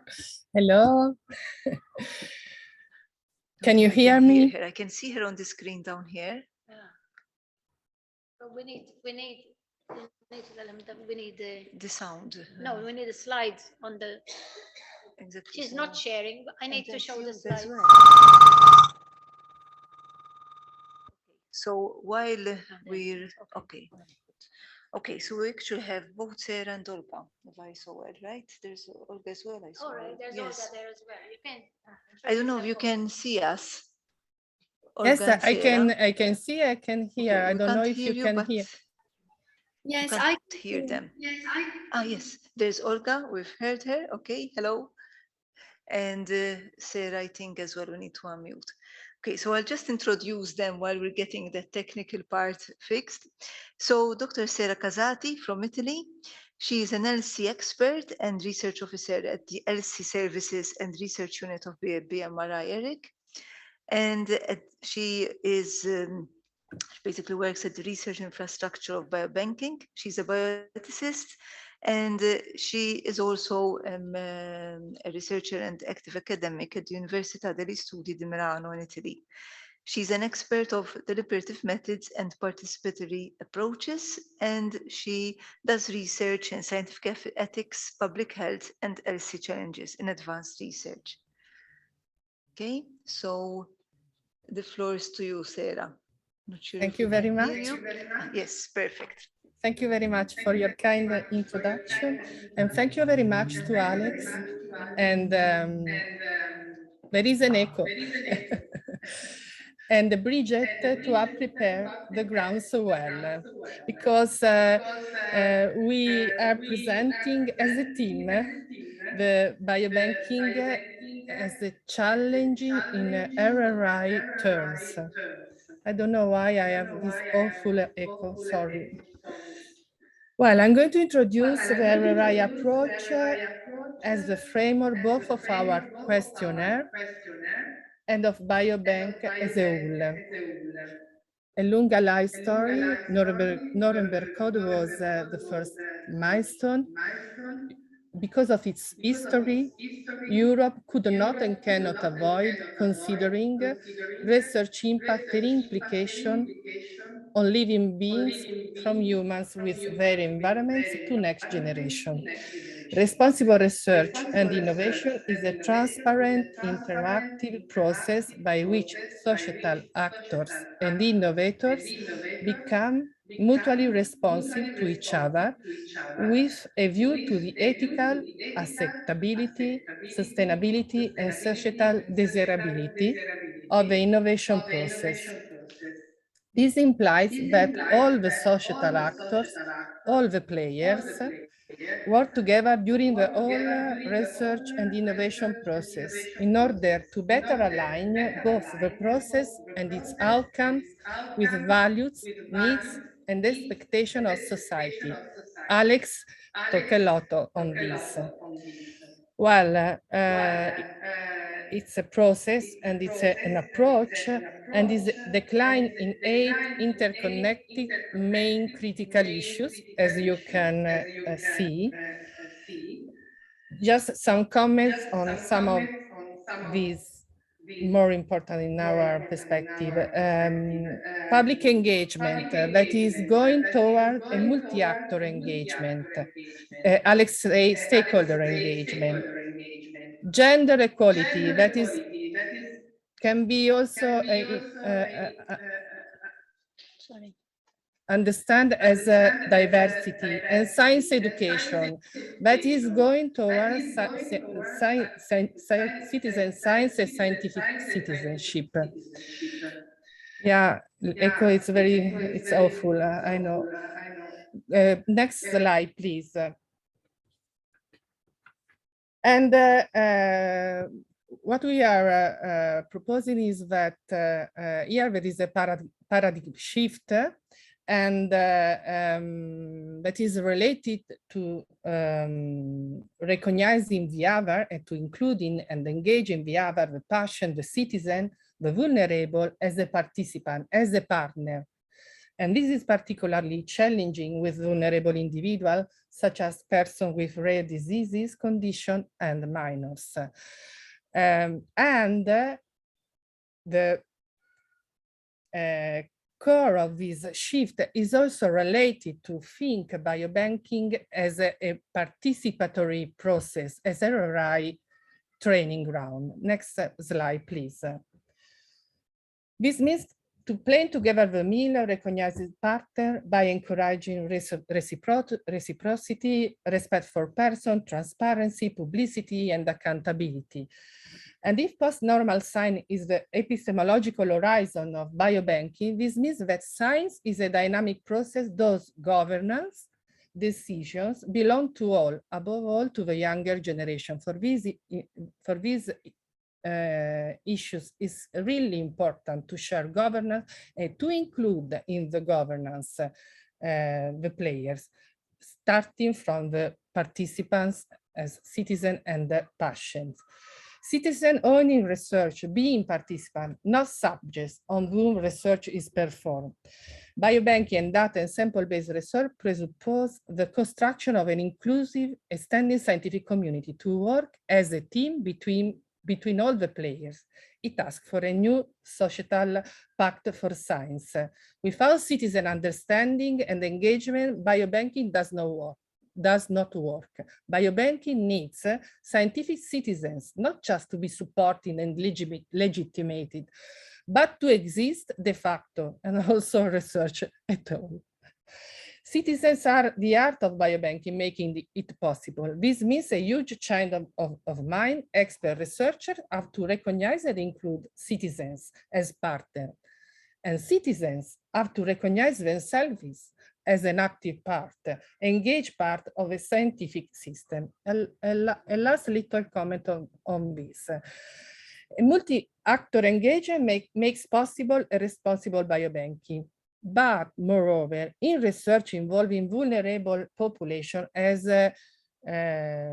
research with people with rare tumors, community engagement is particularly important as a component of a broader deliberation process, including affecting members of the community with whom the research will be conducted, or their guardians, advocates, or family members in research-related decisions, makes room for respectful discourse and encourages mutually respectful collective decision-making.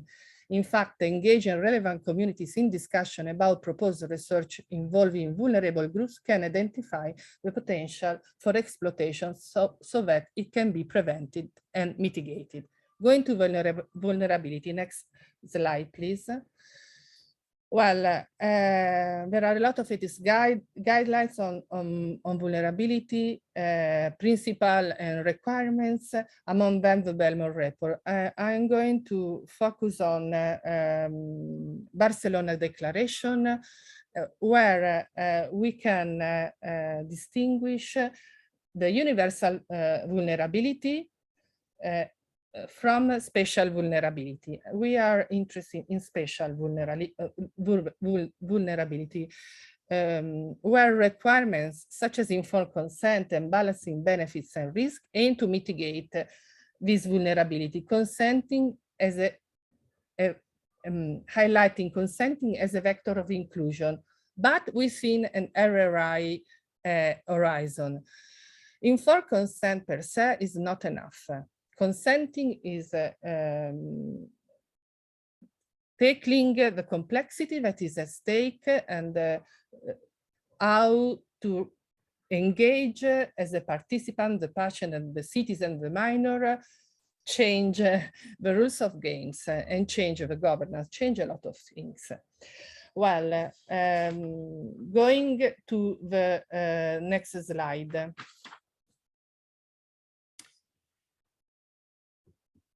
Asking for mitigation and inclusion within a RRI horizon means to recognize that at stake there is a positive duty to foster participant autonomy that is more onerous than seeking informed consent or avoiding unjust paternalism. In fact, in the context of research, researchers have the duty to consider the vulnerability of participants as a systematic and comprehensive way. This includes not only identifying specific risk of harm that may arise from experimental intervention or for biobank-based research, but also investigating the interaction and potential cumulative effects of different sources of layers or vulnerability. In addition, there is a need to consider the potential for protection in research to have counterintuitive effects and create their own pathogenic vulnerabilities.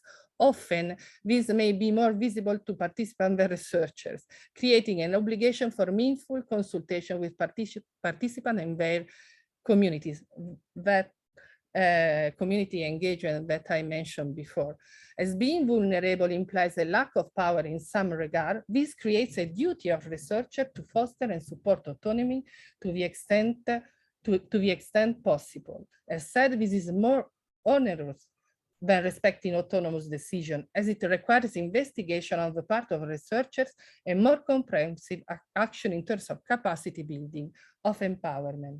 Next slide, please. And well, as you know, here there are two vulnerable groups at stake with your research and with our horizon.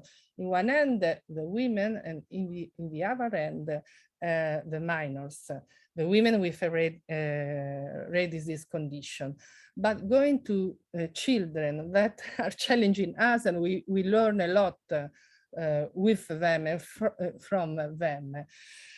We need to learn to talk to children and to listen to them, to learn from them. It's a huge shift in practice.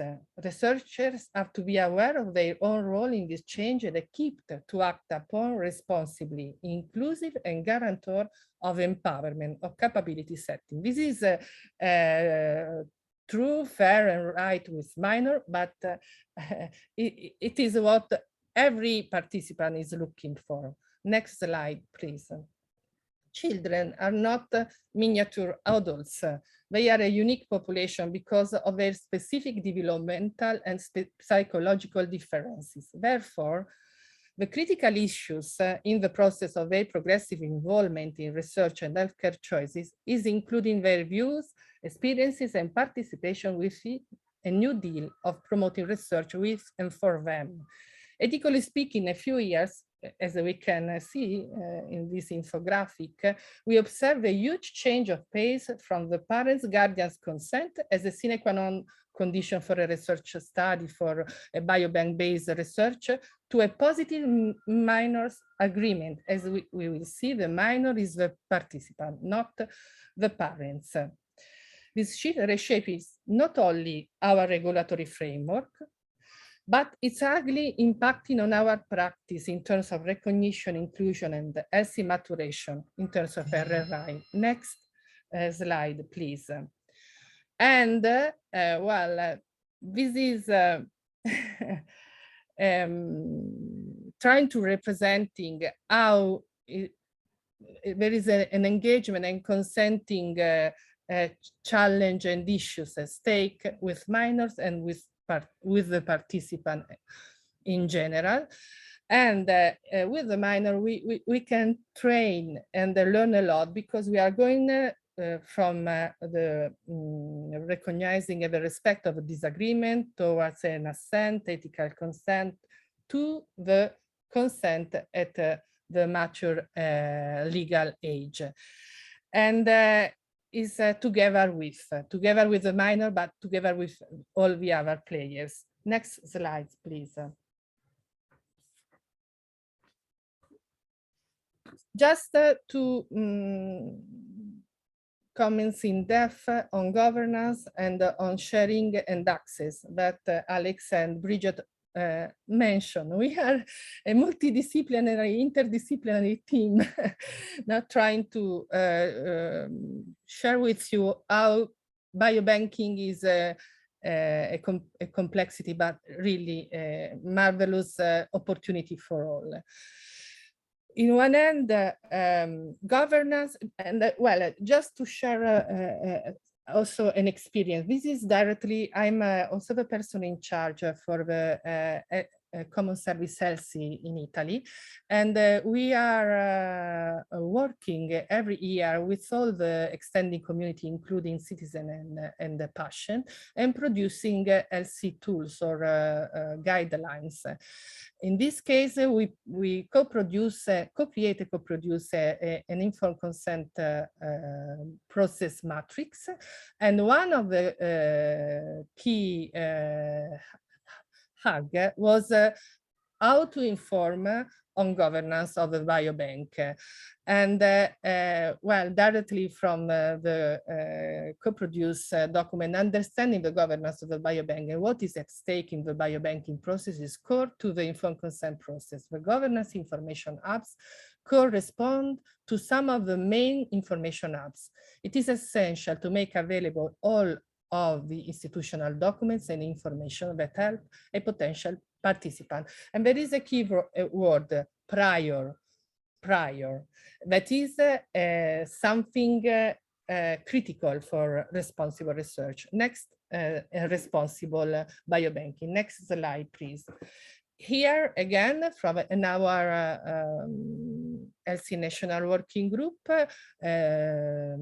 dedicated to a good practice of sharing and access, not just informed consent, not just consenting, but all the tools that are framing the biobanking at the disposal of each player, starting from the participant. In this case, the material transfer agreements as a tool of rights, not just as a tool of control, and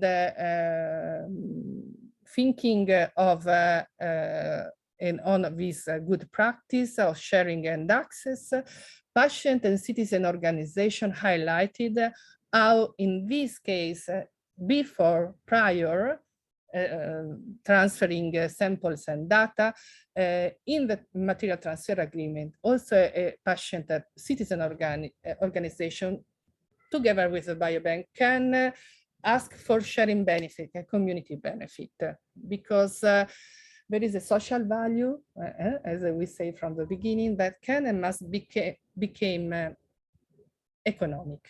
Next and last slides.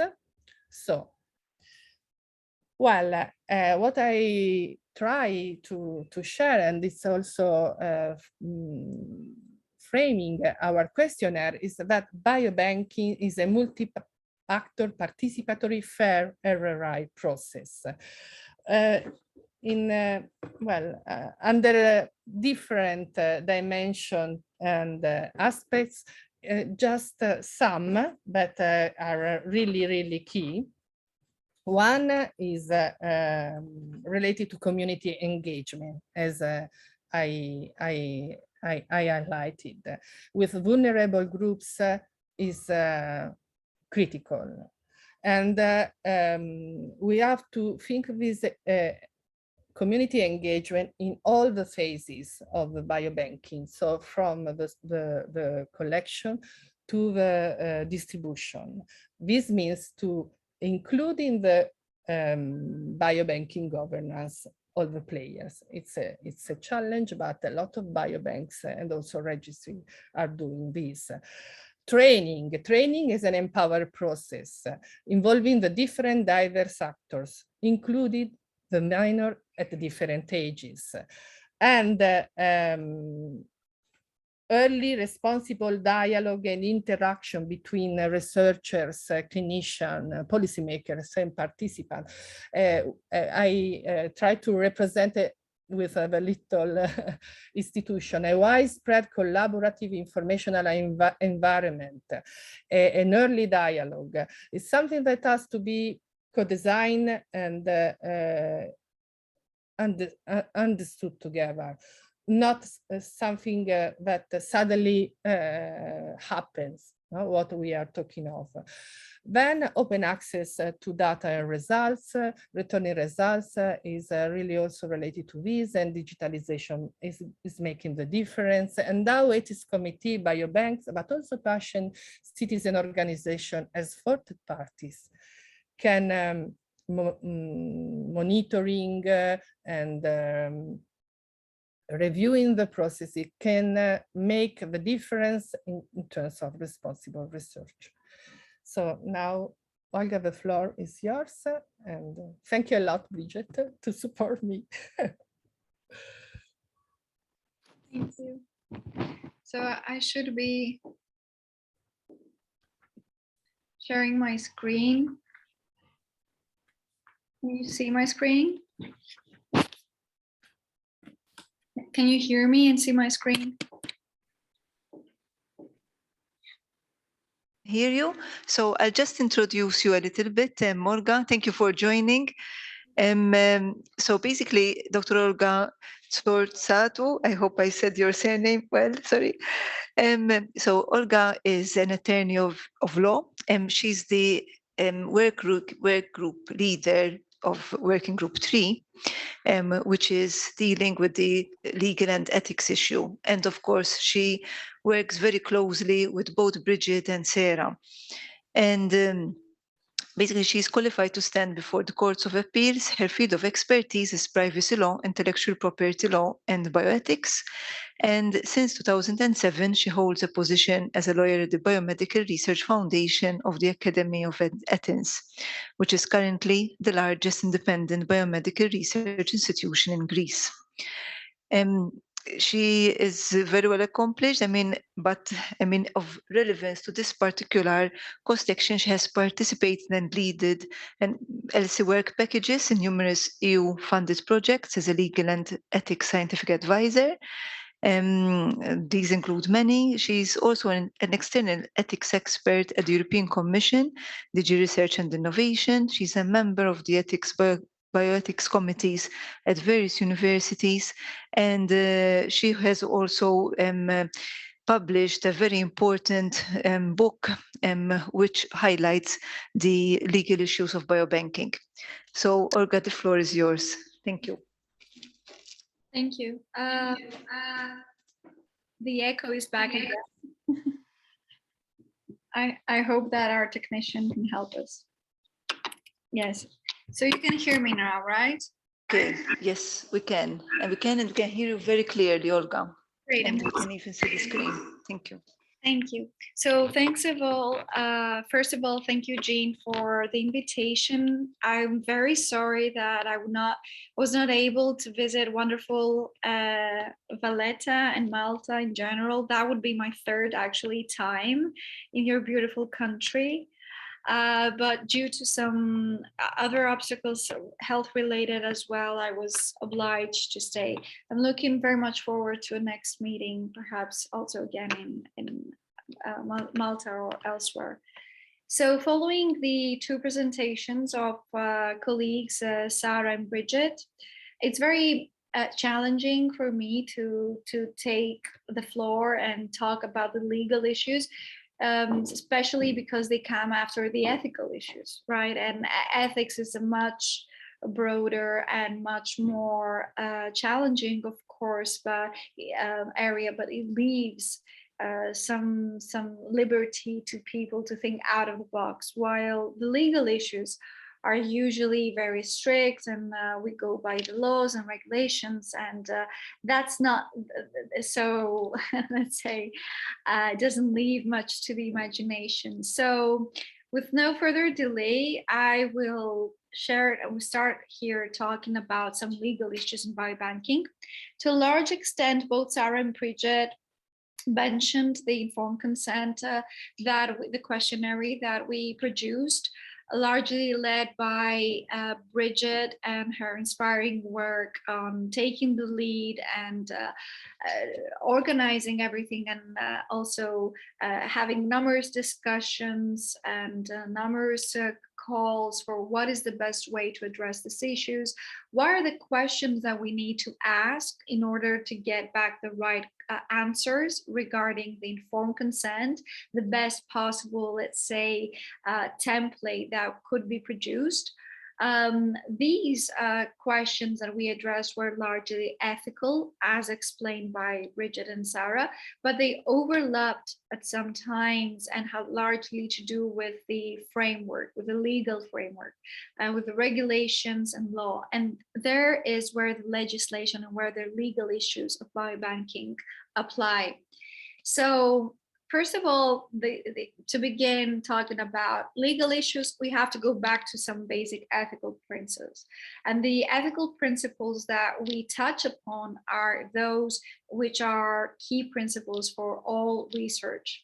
And we have made this pact decades ago that when we're talking about bioethics and when we're talking about protocols involving humans, either humans as people themselves participating in a research setting, or by humans donating, giving part of themselves, like material, samples, and data for research, they have to obey to some ethical principles. And we decided that, when I say we, it was not me myself, but it was decades ago, as I said, scientists from the sector of bioethics who decided that these principles are autonomy, beneficence, non-maleficence, and justice. And some may say that there are other principles as well. I choose to stick with this because this is like perhaps the most agreed upon way to move forward when we talk about ethical principles. And all of these are actually operationalized in various soft laws. And these soft laws apply also to biobank research. And these raw principles can serve themselves as means to verify whether the research complies with some basic principles, and could serve as a check and balance tool for the ethics committees when examining the approval of the study. So the international instruments that we have out there in order to see the compliance of biobankings are numerous. I state here, first of all, the Declaration of Taipei, because this is the declaration following the Helsinki Declaration of WMA. And this has a lot of regulations, and it extensively talks about the databases and biobanks and the ethical concerns and considerations regarding those specific biobanks, the research biobanks. Other international instruments that apply are that of the UNESCO, the numerous declarations that are out there, the human genome, the human genetic data, and bioethics and human rights, and guidelines such as that of the OECD, for example, for human biobanks, and genetic research databases, which was actually one of the first guidelines out there and gave also the term of what we mean when we say biobank. Interestingly enough, I would like just to have a small parenthesis and say my experience, the experience that I had when I was invited by the National Bioethics Committee in Greece for a hearing just less than a week ago. So they invited me to talk about the legal issues in biobanking, for biobanking in Greece specifically. And the first thing that I said is that we should focus, the most important thing when we talk about law is to focus on what we mean when we say biobanking, is to focus on the term of biobanking. And interestingly enough, other colleagues shared the experiences from other countries far more organized perhaps, in terms of legal systems and more tradition, they carry a longer tradition in biobanks and biobanking research, and they shared this exact same concern about what is a biobank and what do we mean when we say biobank. And this is very much something explained, well explained in this instruments, in this international instruments, but unfortunately, it is not. It's not agreed on an horizontal level across all countries what exactly we mean, do we mean when we say biobanking. And this is why we can see numerous papers, numerous discussions, and very much different ways of handling biobanking issues. Because there is not a common concept most of the times. What do we mean when we say biobank? What is a biobank? How do we mean biobanks for research, just for research? Do we also include the collections that are in hospitals and delay in hospitals for years now, for decades, without an informed consent? Can we make use of those data and samples and consider them retrospectively a biobank? Can we make use of other data of archives, for example? And if an archive afterwards collects samples, can retrospectively an archive become a biobank? What is the procedure, and what are the standard operational procedures that are used? These are very interesting questions. And these international instruments cannot provide answers to all of these questions. But there are very much interesting documents like the International Charter of Principles for Sharing Data and Biospecimen, who can provide some sort of guidance to what is, why is it important to share data, and why is it important to share material. And during our BBMRI ERIC work, I'm also part of the ELSI team. I'm representing Greece in the ELSI team of BBMRI ERIC experts. We're a huge pool of experts from across EU countries are gathered together to give answers to ELSI issues. And with some colleagues of this group, and within the framework of two projects, we actually worked on a checklist. We worked on providing a checklist in order to assist researchers and make all these complicated legal issues and regulations out there more tangible and more easy for them to just adopt them.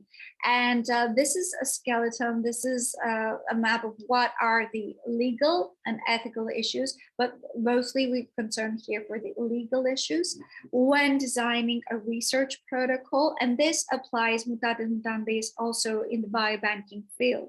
So you can see here, the first step is to address some general considerations, to see the compliance for the fundamental ethical principles referred before, to take the approval of the local authorities, either that would be an IRB or a REC or a national ethics committee, depending on the national legislation.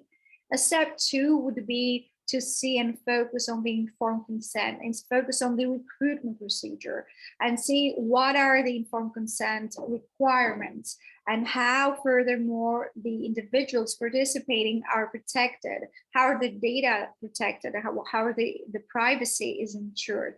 And then see also other issues more on an ethical point of view, the risk of discrimination, stigmatization, and taking a step forward, how the community is engaged. And there are some lessons learned about biobanking research in countries which are now developing countries, like in Africa, some states, and the practices of avoiding parachuting research, for example, and engaging the community are lessons that are learned and can highly be integrated in the second step of the recruitment. The third step has to do with all this boring, legal, and very bureaucratic, heavily bureaucratic issues of how we handle the data, how we handle the samples. And this is a very, very important steps. There are numerous documents out there. There are numerous SOPs. There are numerous IAFTA directions and guidelines, and saying how we collect data, what are the quality controls that need to be done, what is the the right temperatures to storage, for example, the data, how you separate them from the data, and where to handle and where to safely put the data. And of course, all this is usually covered by a transfer agreement, what Sarah before referred to as a material and data transfer agreement. And of course, the final step, disseminating the research results. Another important aspect also with legal implementations, especially when it has to do with the innovation and the new IP and the papers and the new knowledge and the patents perhaps that are actually produced from the biobanking research. So the this checklist seen before, which will hopefully a much more elaborated version of what you just saw will be published soon, could serve as a tool for even for the ethics committees, even though of course ethics committees are well equipped with personnel, well educated on ethical issues, but we have seen that in some countries where biobanking is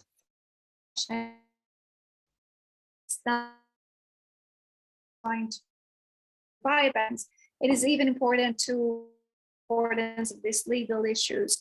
And such a checklist, for example, might be useful even for people's in exactly the regs.